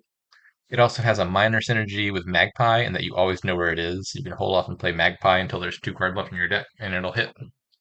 So I'd say probably in the top half of loots you could pull here. It's just mostly here important to not get the bottom quarter of loots, it seems to me. Yeah, let's see. Are all the non-plus buy loots bad? Balloons would be horrible. Hammer would be bad but not horrible. Figurehead would be bad but not horrible. Insignia would be horrible. And then Spell Scroll would be bad but not horrible. Spell scroll can give you all the treasures if you're into that. Yeah, actually, yeah. Maybe Spell Scroll would be a good pull later in the game. The problem is if you get Spell Scroll and you don't have the buys yet, you can generate 18 money off of it by autopiling the treasures, regaining Spell Scroll each time. But then with 18 money and one buy, or two buys in SFT's case, there's not like a whole lot of upside to doing that. Yeah. Anti-synergy with Herbalist. Can Herbalist not? How does that work? So once this turn, when you discard a treasure from play, you may put it onto your deck. That doesn't work, right? So yeah, if you have Herbalist and Jewels, you're not allowed to use Herbalist on the Jewels because it doesn't ever get discarded. It gets set aside and it puts itself on the bottom on the next turn. I think it would work with old Herbalist, right?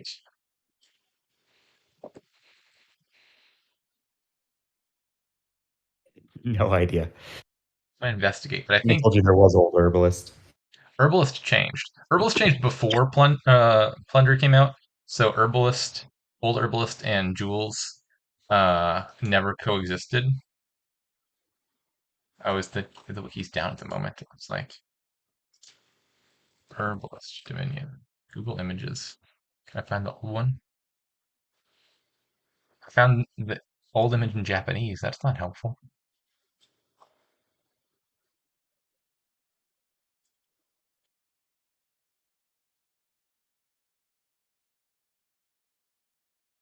Here we go. When you discard this from play, you may put one of your treasures from play on top of your deck.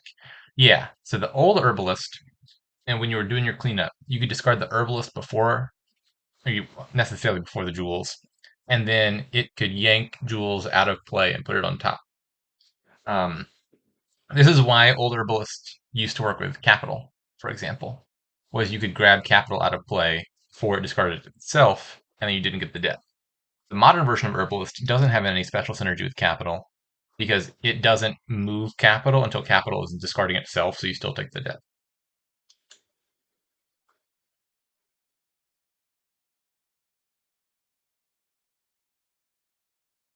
Not gonna lie, you were talking about herbalist. I wasn't listening. Sorry, Herbalist. Maybe that'll help. Herbalist's text has changed, and so it lost some of its synergies with cards like Capital, or the theoretical synergy with Jewels. Uh, I'm not gonna listen back to the recording, but my brain sure thought I said herbalist, but I sure do believe that. We've got it on video. Incriminating evidence is going to be out there for all to see. I'll just deny it. No worries.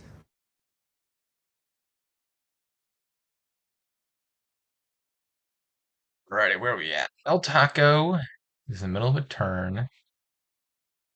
Seems like they're suffering for draw here a bit. That's my take on situations. I'm imagining these artisans are gaining destriers, probably. And probably the goal for this turn is to hit 10 and prosper. Pray for plus buy. So I think that's needed given the yeah acquisition. Fish Trombone has more payload at this point, more buys. Yeah. That lets you set up to draw plus evened up that way. The trouble Um, here, I think, is maybe you just lose to a pile out next turn. So Swordfish Trombone, like surely the Magpies are going to be empty by the end of Swordfish Trombone's turn. They have two artisans, I think, in their deck. That's two gains plus a buy, plus an herbalist, plus a jewels. I think that in theory, SFT, oh yeah, plus a transmogrify. I think it is entirely plausible that Swordfish Trombone piles out if you don't take points. But I also don't think El Taco's deck is ready to start provincing. Uh, right. Like, maybe you get another turn, but like, what are you doing at that point? yeah.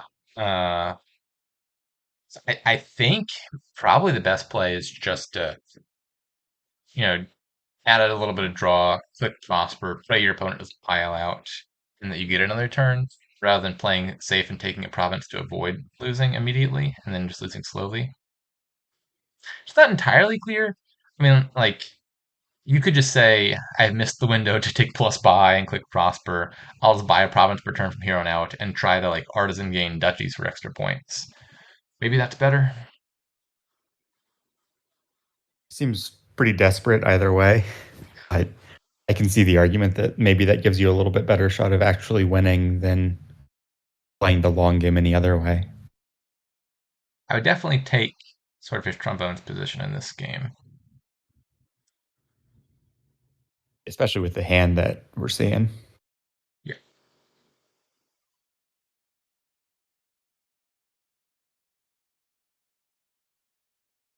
Well, let me go find the description of these players. Probably this should have been in the opening. Better late than never. Ahem. LTaco is playing his 30th season in League after joining in season 41 and playing every season since, including 6 seasons in B tier. He is a regular participant in the Variants channel and fan card design competitions on the Dominion Strategy Forum. Inside of Dominion, LTaco studies computational engineering in, oh god, Aachen, Germany, and is near completing his bachelor program and moving on to a master's program on the same field. Swordfish Trombone is playing in his 34th season in League, first playing in season 27 and having spent 9 seasons in B tier since then. Swordfish Trombone has been playing online Dominion since Isotropic and spends his free time almost entirely on board games. Outside of Dominion, Swordfish Trombone lives with his daughter in Greece and works at a grocery, as well as continuing to do theater after studying it. The more you know.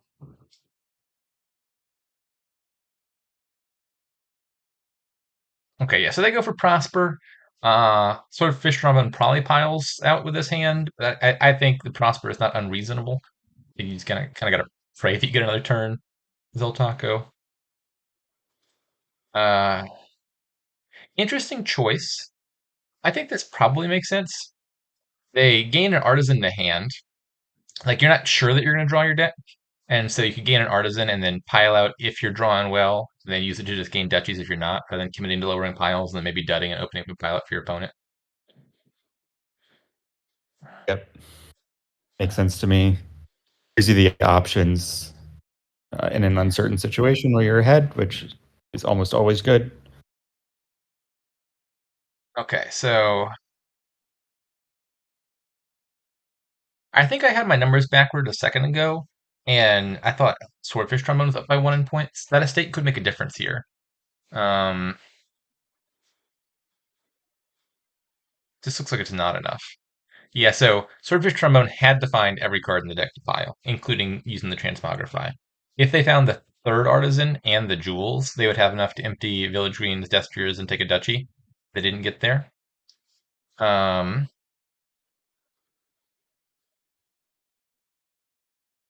so here I'm expecting Province plus Stowaway is probably Province Duchy. Okay, so just taking a -4 card hit to your deck quality next turn. -6, I guess, if you account for the Stowaways being stomp cards, just to get that extra Duchy and be extra safe. That might be correct. Actually, I don't know, maybe. El Taco doesn't have that many games. No Herbalist, no plus buy loot. Um, Maybe just the province was safe. Maybe not. I'm not sure. If you're not buying, like, what else are you pairing with the province? Because you don't want to really lower, right, Destrier or Village Green if you're not Stowaway, just taking to the trigger the duty. stowaways in hand. So, oh, right, right. Yeah, that could be. I could see that being right. Yeah. Not getting Um, the stowaways down definitely hurts this turn a lot. Um, but maybe the duchy was just that necessary. Yeah, like looking at this, if El Taco had found the artisan, they would have enough. Maybe I'm no, they wouldn't have enough money. No, yeah, they would. I think if El Taco found the artisan in this hand, that would be enough to gain a village green to hand, play a treasure, buy province village green, and the duchy would prevent that. As it turns out, they didn't find the artisan, but like there are definitely realistic scenarios where the duchy made a difference for Swordfish Trombone. yeah, yeah, it does look that way.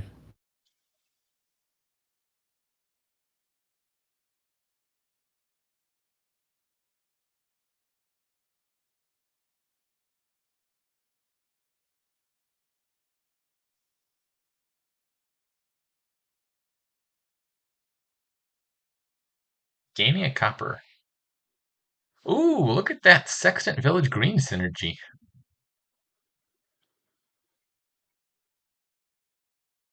Ooh! No, that doesn't work the way I would want it to. I was gonna say you could use Village Green to draw the pendant, but that actually doesn't work. What would happen if you discarded a Village Green and resolved it this turn is you draw whatever card is on top of your deck right now, because these cards are still in being looked at land, waiting to be put back on the deck. Um, and the pendant wouldn't go back into your deck until after you had resolved the Village Greens and then chosen the order for the remaining cards. So I think you just discard both of these, resolve them for next turn, and buy Province Duchy, rather than hoping to draw 3 money off the top of your deck at random. Yeah, that seems appropriately wise to me.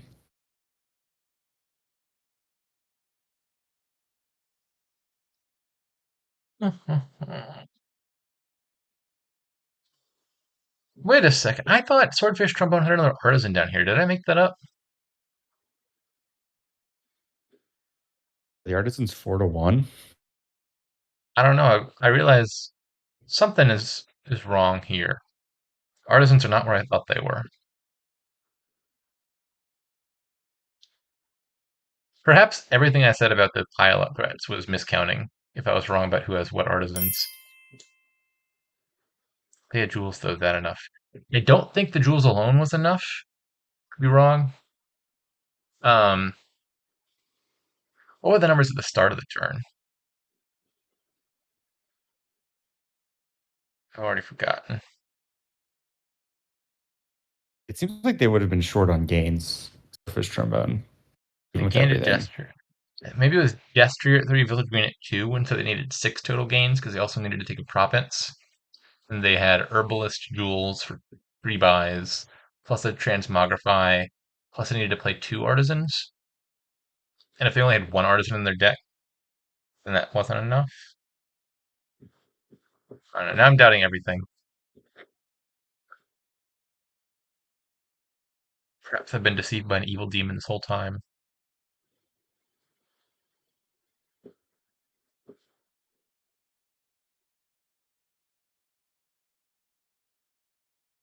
This just looks net. Even a province and a duchy here, though. Village green is at 2. You're not safe. No, you need draws to happen on your side as LTaco. Wait a second. How'd they draw a pendant? Do they have 2 pendants? 2 pendants it is. They just drew their other pendant? How did you know that was there? What? So that was not the pendant we were talking about. I'm definitely right about how the rules work. You see, the top deck of the other pendant. They had a second pendant down there, and they just took the 1 in 5 gamble that they were going to draw it off the top, and then managed to get a double province. Well, sure, I guess if you're going to draw exactly the best card and then do it in that order. That was helpful. The extra 3 points I think makes a big difference here. Uh, I think with a good turn, SFT still piles, although this does not look like a good turn. In fact, this actually wouldn't have even been enough to beat Province Duchy. This is quite a dud. Yeah, now Not getting the Stoics down did hurt a lot. now it looks like a win opportunity for LTaco. Yeah. Yeah, this is going to win by a mile.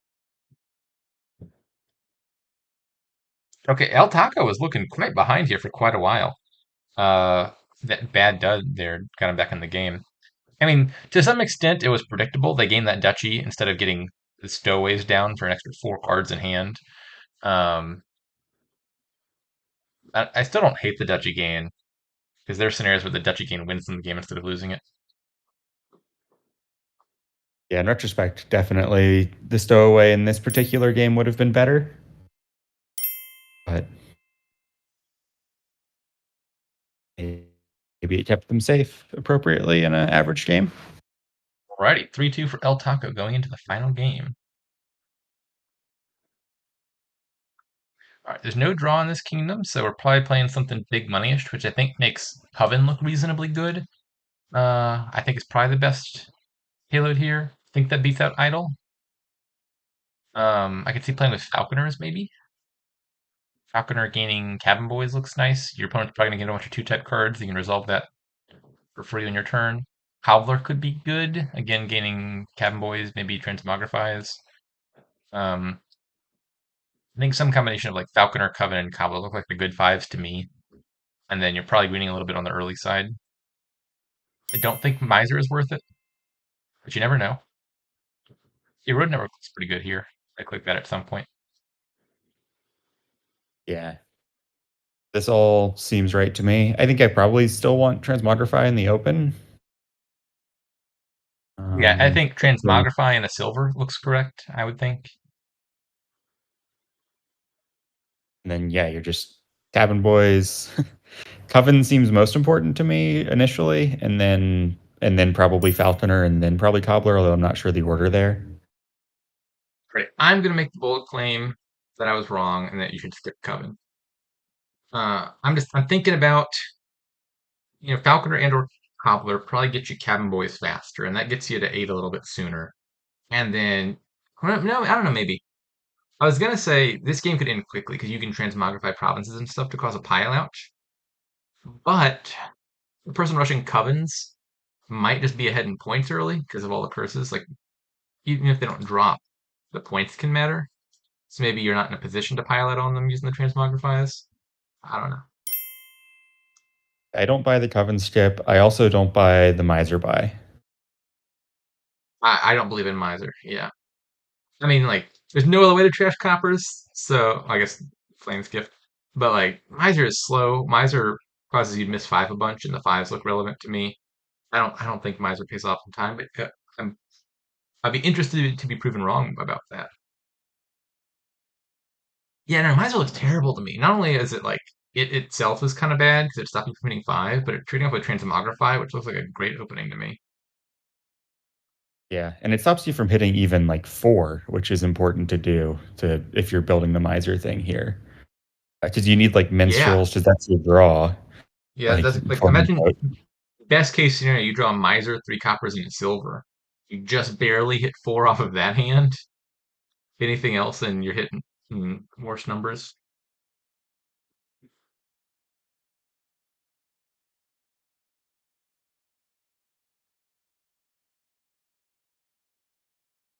I don't. Maybe I'm just not a Coven enthusiast enough. I like the Falconers. Coven gives you 2 money. Falconer is going to give you 2 money. It comes with a Cabin Boy. I mean, I think Falconer is really good in these types of games. I do sort of buy that perspective, but I would just be really shocked if Coven playing with like 2 Covens was not in the optimal path for this kingdom, especially given that you can get like minstrels and start really playing them quickly. Or you can get Minstrels and play all your Falconers and Cabin Boys quickly. It's true. But then you're going to be, playing with the 10 curse deck before. No. I see. I don't. The 10 curses on my deck don't scare me that much. The thing that scares me more is just that the Coven deck maybe takes a points lead. Like the points can matter a lot, I think, in a kingdom like this. Well, yeah, that's part of why I'm talking about the 10 curse deck. I Yeah. mean, even if it's an exile, even if it's 7 curses, it's still right.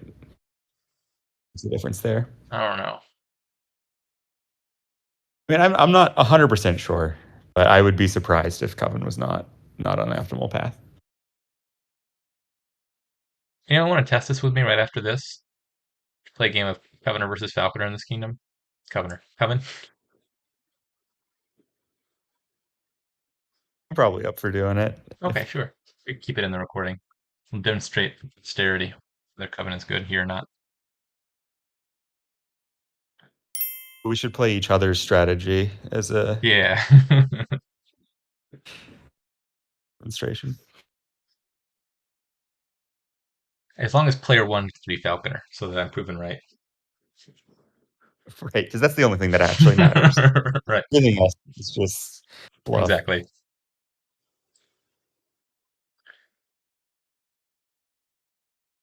Uh, One coven does seem like a bit of an odd number of covens, mathematically speaking. Yeah.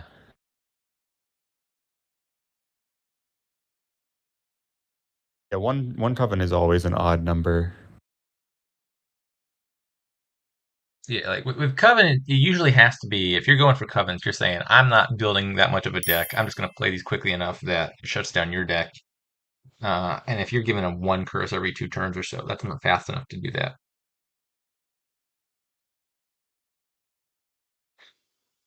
I'm worried that the player who's going heavier for Falconer is also going for Miser, and that really complicates things here.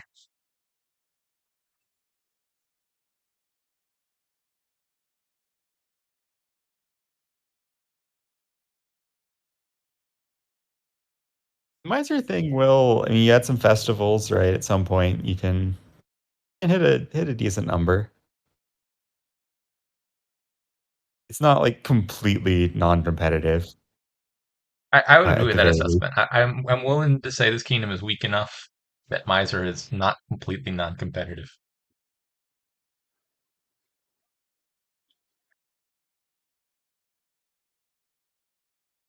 And look at this hand. If you set aside 2 here, you're hitting 2.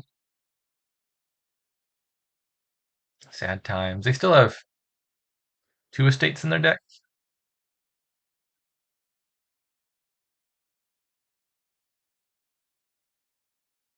Wait a second, they both have Misers? That throws I, everything out the window. yeah, I was confused. I was just looking at the tavern. I didn't realize that LTaco, those were the first two coppers put down. Um, The delayed Miser which strategy. seems more like completely non-competitive to me. I'm now thoroughly flummoxed.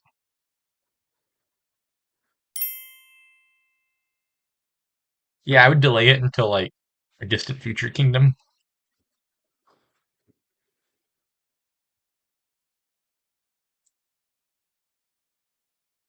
I suppose there's something to be said for get a little control and then you can sort of build with the miser thing. The issue is that you never actually increase your hand size. So like you're still just like takes forever to do anything. Yeah. Yeah, like a good turn for the Miser deck is like what you play a festival and 2 Misers, and then that gets you to double province.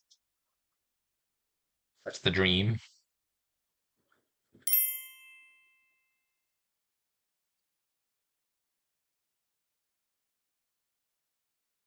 This is the second game I feel like where they've under transmogrified. I feel like the correct number of transmogrifiers is usually a bunch.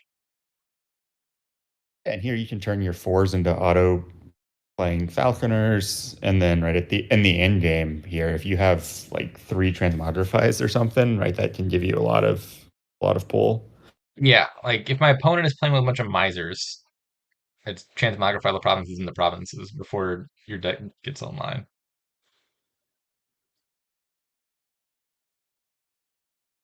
I would really just be interested. I mean, for me, a lot of the Coven plan as well is helped by the fact that you do have the transmogrifies, so you get the curses down, you can start threatening provinces.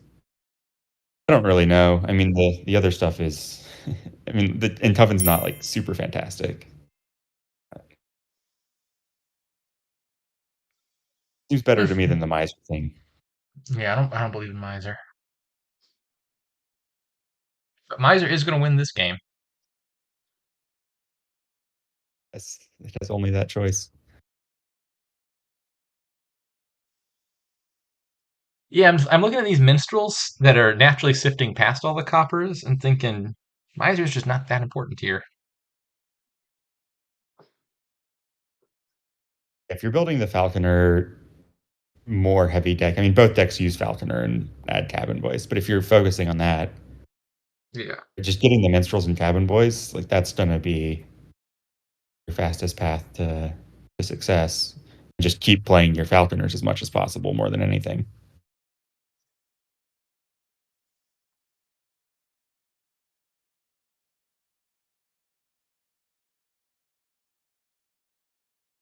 Alrighty. Oh, I was about to say we could transmogrify this estate, but those are coppers on the tavern map. Those aren't transmogrifies.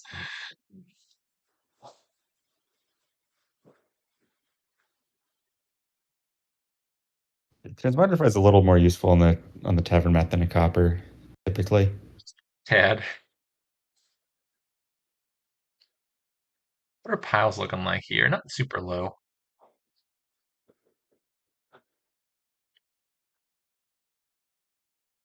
These poor misers can't find coppers because those minstrels keep pitching them all.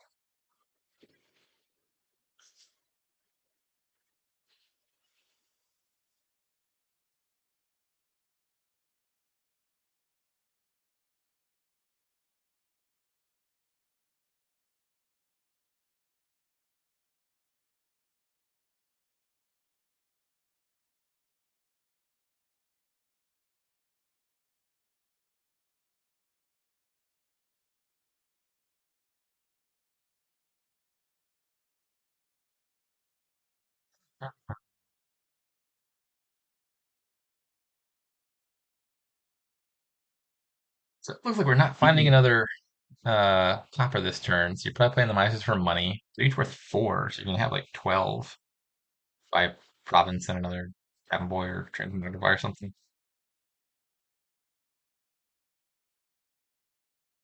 Yeah, still needing to build a little bit, and I think we're also seeing the even just the one coven. Those points do matter here because these decks are right. The output's just not high enough to make it easy to be like, oh, I'll just buy a couple provinces.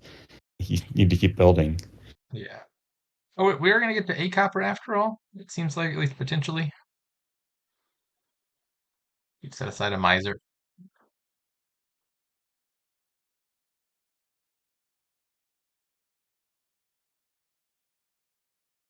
So if you stop here and set aside the Haven, you have 16. It could do double province, actually. That wouldn't be so bad.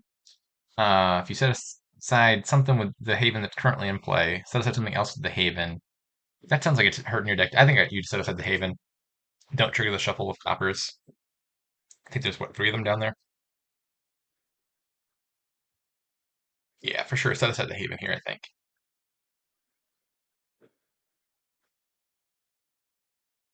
I agree with the Haven set aside. I believe, as does LTaco. It seems. You never know. Maybe they're setting aside some third thing. Yeah, they do go with the Haven set aside. Yeah, I think just double province here. Your deck can't realistically aspire to do more than double in a turn. In theory, you could have a hand that's like 2 festivals and some misers and hit triple province. Um, but I think He 2 is what chooses to you're take a shooting for. festival over a second province. Seems a little ambitious to me. I mean, hitting 16 is quite good. Just Yeah, do one. you can always get a second festival off of a transmogrify. Although, as I'm saying that, they do only have the one transmogrify, and they still have an estate left to deal with. I don't know. Maybe the second festival makes sense.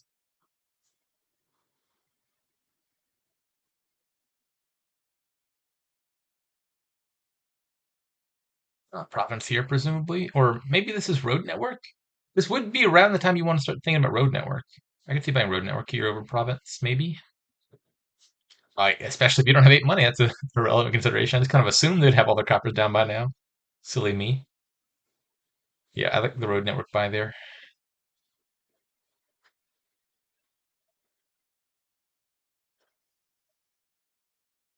It is turn 14 now, and there are effectively no attacks on the board because Hmm. Coven doesn't actually attack until in terms of the deck quality, Yeah, you've attacked your own deck quality. right? So seems definitely to me that the argument that these decks are on the slow side of what's possible here is probably true. Yeah. This turn, I would be thinking about trying to get another Transmogrifier or 2 down off of Falconers if I could swing that. Yeah. Draw the Falconer, gain and play a Transmogrify, buy 2 provinces. I feel like you're a happy camper. Okay, before gaining Transmogrify, gain some Cabin Boys and draw into the other Falconers, and then gain a Transmogrify for the last one.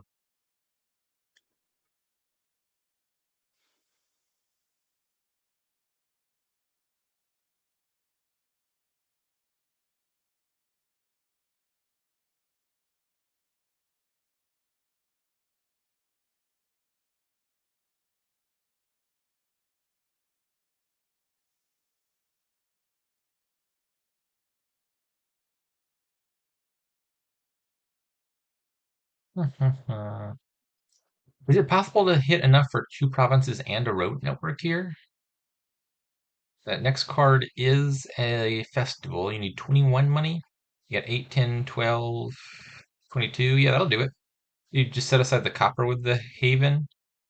Play both festivals, both misers. You could play a transmogrify by double province road network. That sounds really good to me. That sounds pretty excellent. LTaco's No, deck is we want pretty capable at this point. 3 misers, but only the one buy. Don't think I like this play as much.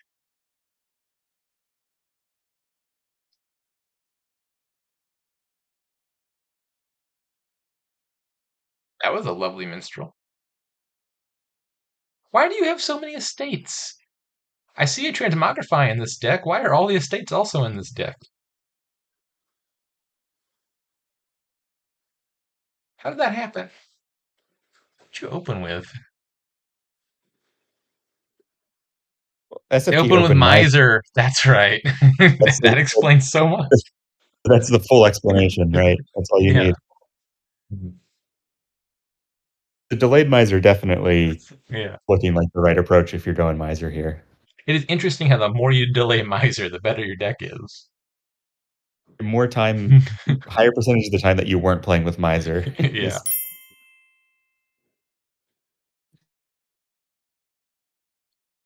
I've been assuming this entire game that Road Network is in fact crop rotation. No, I think Road Network actually is a reasonable buy here. Its draw is quite valuable and otherwise non-existent.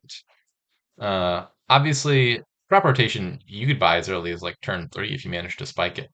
Whereas Road Network's only good much later. Okay, 4-2 for El Taco. All right, I'm gonna load this one real fast, and we'll see about this Coven thing. prepared to lose 43 to 17. No, no, no, you're supposed to win. Aren't you the one playing with the Falconers? All right. Yeah. Okay. Yeah, we can follow through with All right, I'm just gonna generate fresh seed, so we're not playing the same seed as these players.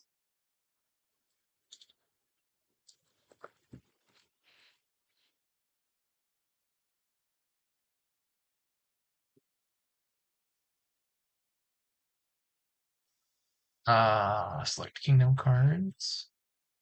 Oh, my graphics are messing up. Okay.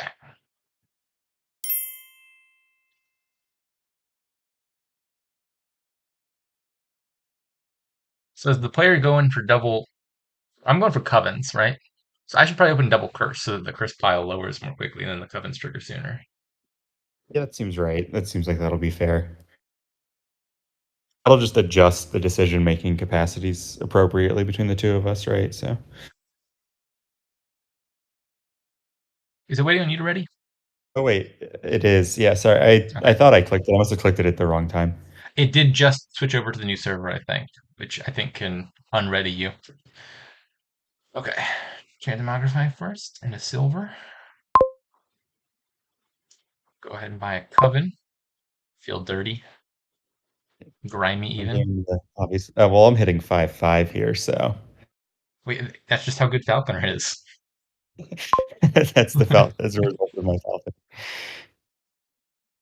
What do I? I guess I take. Spoiled for I already choice. have the modify in hand. I probably take a minstrel and just get through the deck. That makes a lot of sense to me.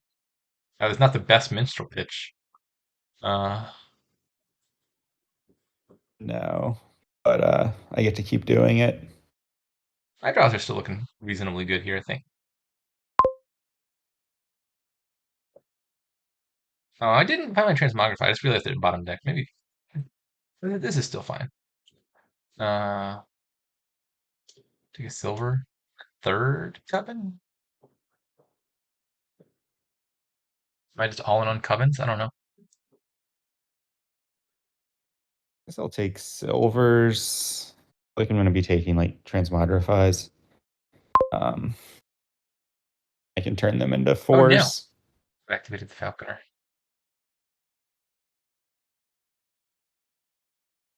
This Falconer deck does have this huge advantage of you just get to like keep playing all the Falconers right away Yeah. because Minstrel is a thing. I mean, also my draws have been pretty close to ideal.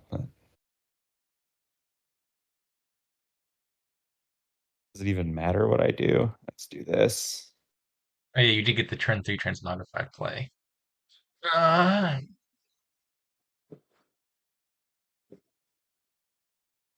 That was bad. I feel like I want like another transmogrifier or two and a road network and just provinces now.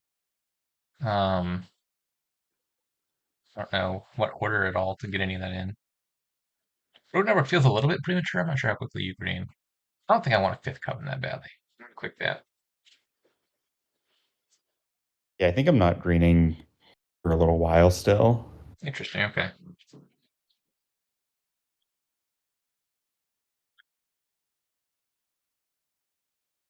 I don't have any cabin boys in deck yet. I guess the question is, do I go for some buys and stuff, or do I just hit Yeah. 8? And I probably just hit 8.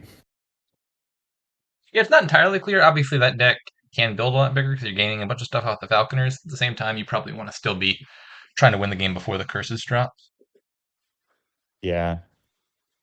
But like, I'm noticing I have 4 covens. The curses are still at 7.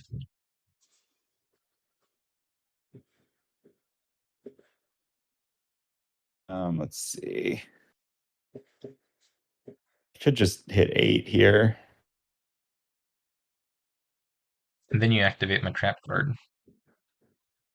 Activate the road network. Yeah. Yeah. Um, I'm just gonna do that hit 8 thing.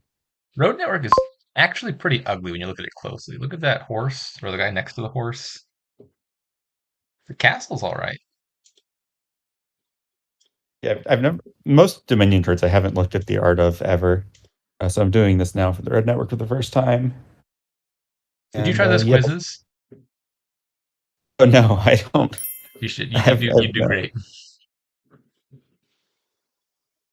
Oh, sorry, I was busy staring close up at Road Network. Um, Fortunately, I don't think I have one for Renaissance yet, so that won't help you. Uh, Fine. I guess one more coven. I want to hit 8 now. This hand's also not 8.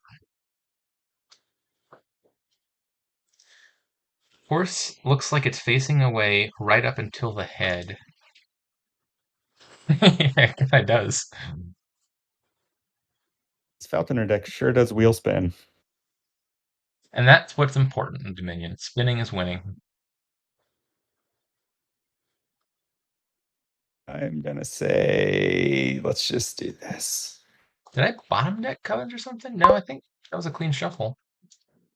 Oh, you fool, you've drawn me a card. Now I do have 8.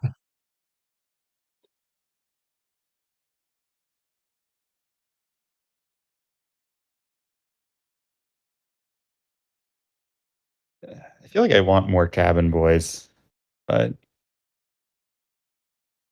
uh, Minstrel keeps looking better. yeah, I just kept taking menstruals to get through everything.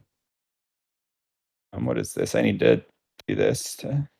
Oh no! Don't buy silver. That was double click. You fool. Aha, you've drawn me another card. I think I want to transmogrify this. Be in a Haven. Oh, no, Haven has 2 types. That was silly me. Should have thought about that. So this had a silver. Ah, oh god, that's nobody saw that. That was a misclick. You just wanted the allures too much. I Yeah. understand. I'd probably keep that down. In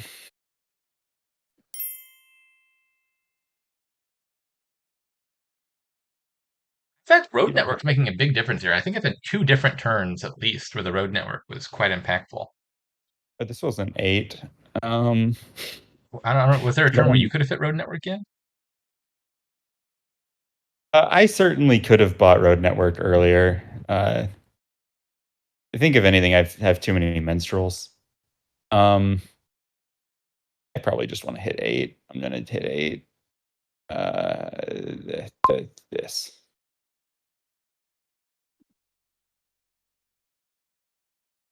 Silver. Was it unlikely that you drew 8 off the top of your deck?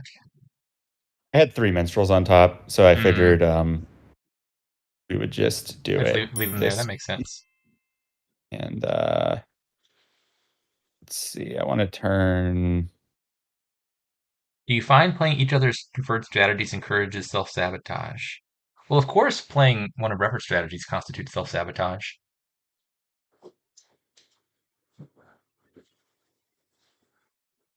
And if only I had a transmogrifier down.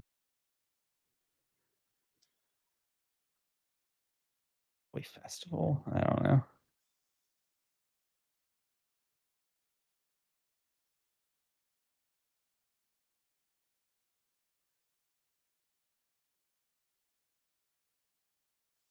This deck isn't very good when it doesn't have Cabin Boys. things that generate coins. Which is It is 10 minstrels. You find all the falconers, and then not a whole lot else is happening. yeah, Oh, hello. I've like played this to a resignable point. Actually, is the reality. There. Right. I think the Falconer thing is probably a little bit better, although it's really close, and then it needs more cabin boys than I took. Yeah, And it should it not seems go back. close. Obviously, Coven won this game, which proves that my advice was more reliable, and therefore that Falconer is the better strategy. I won't argue it.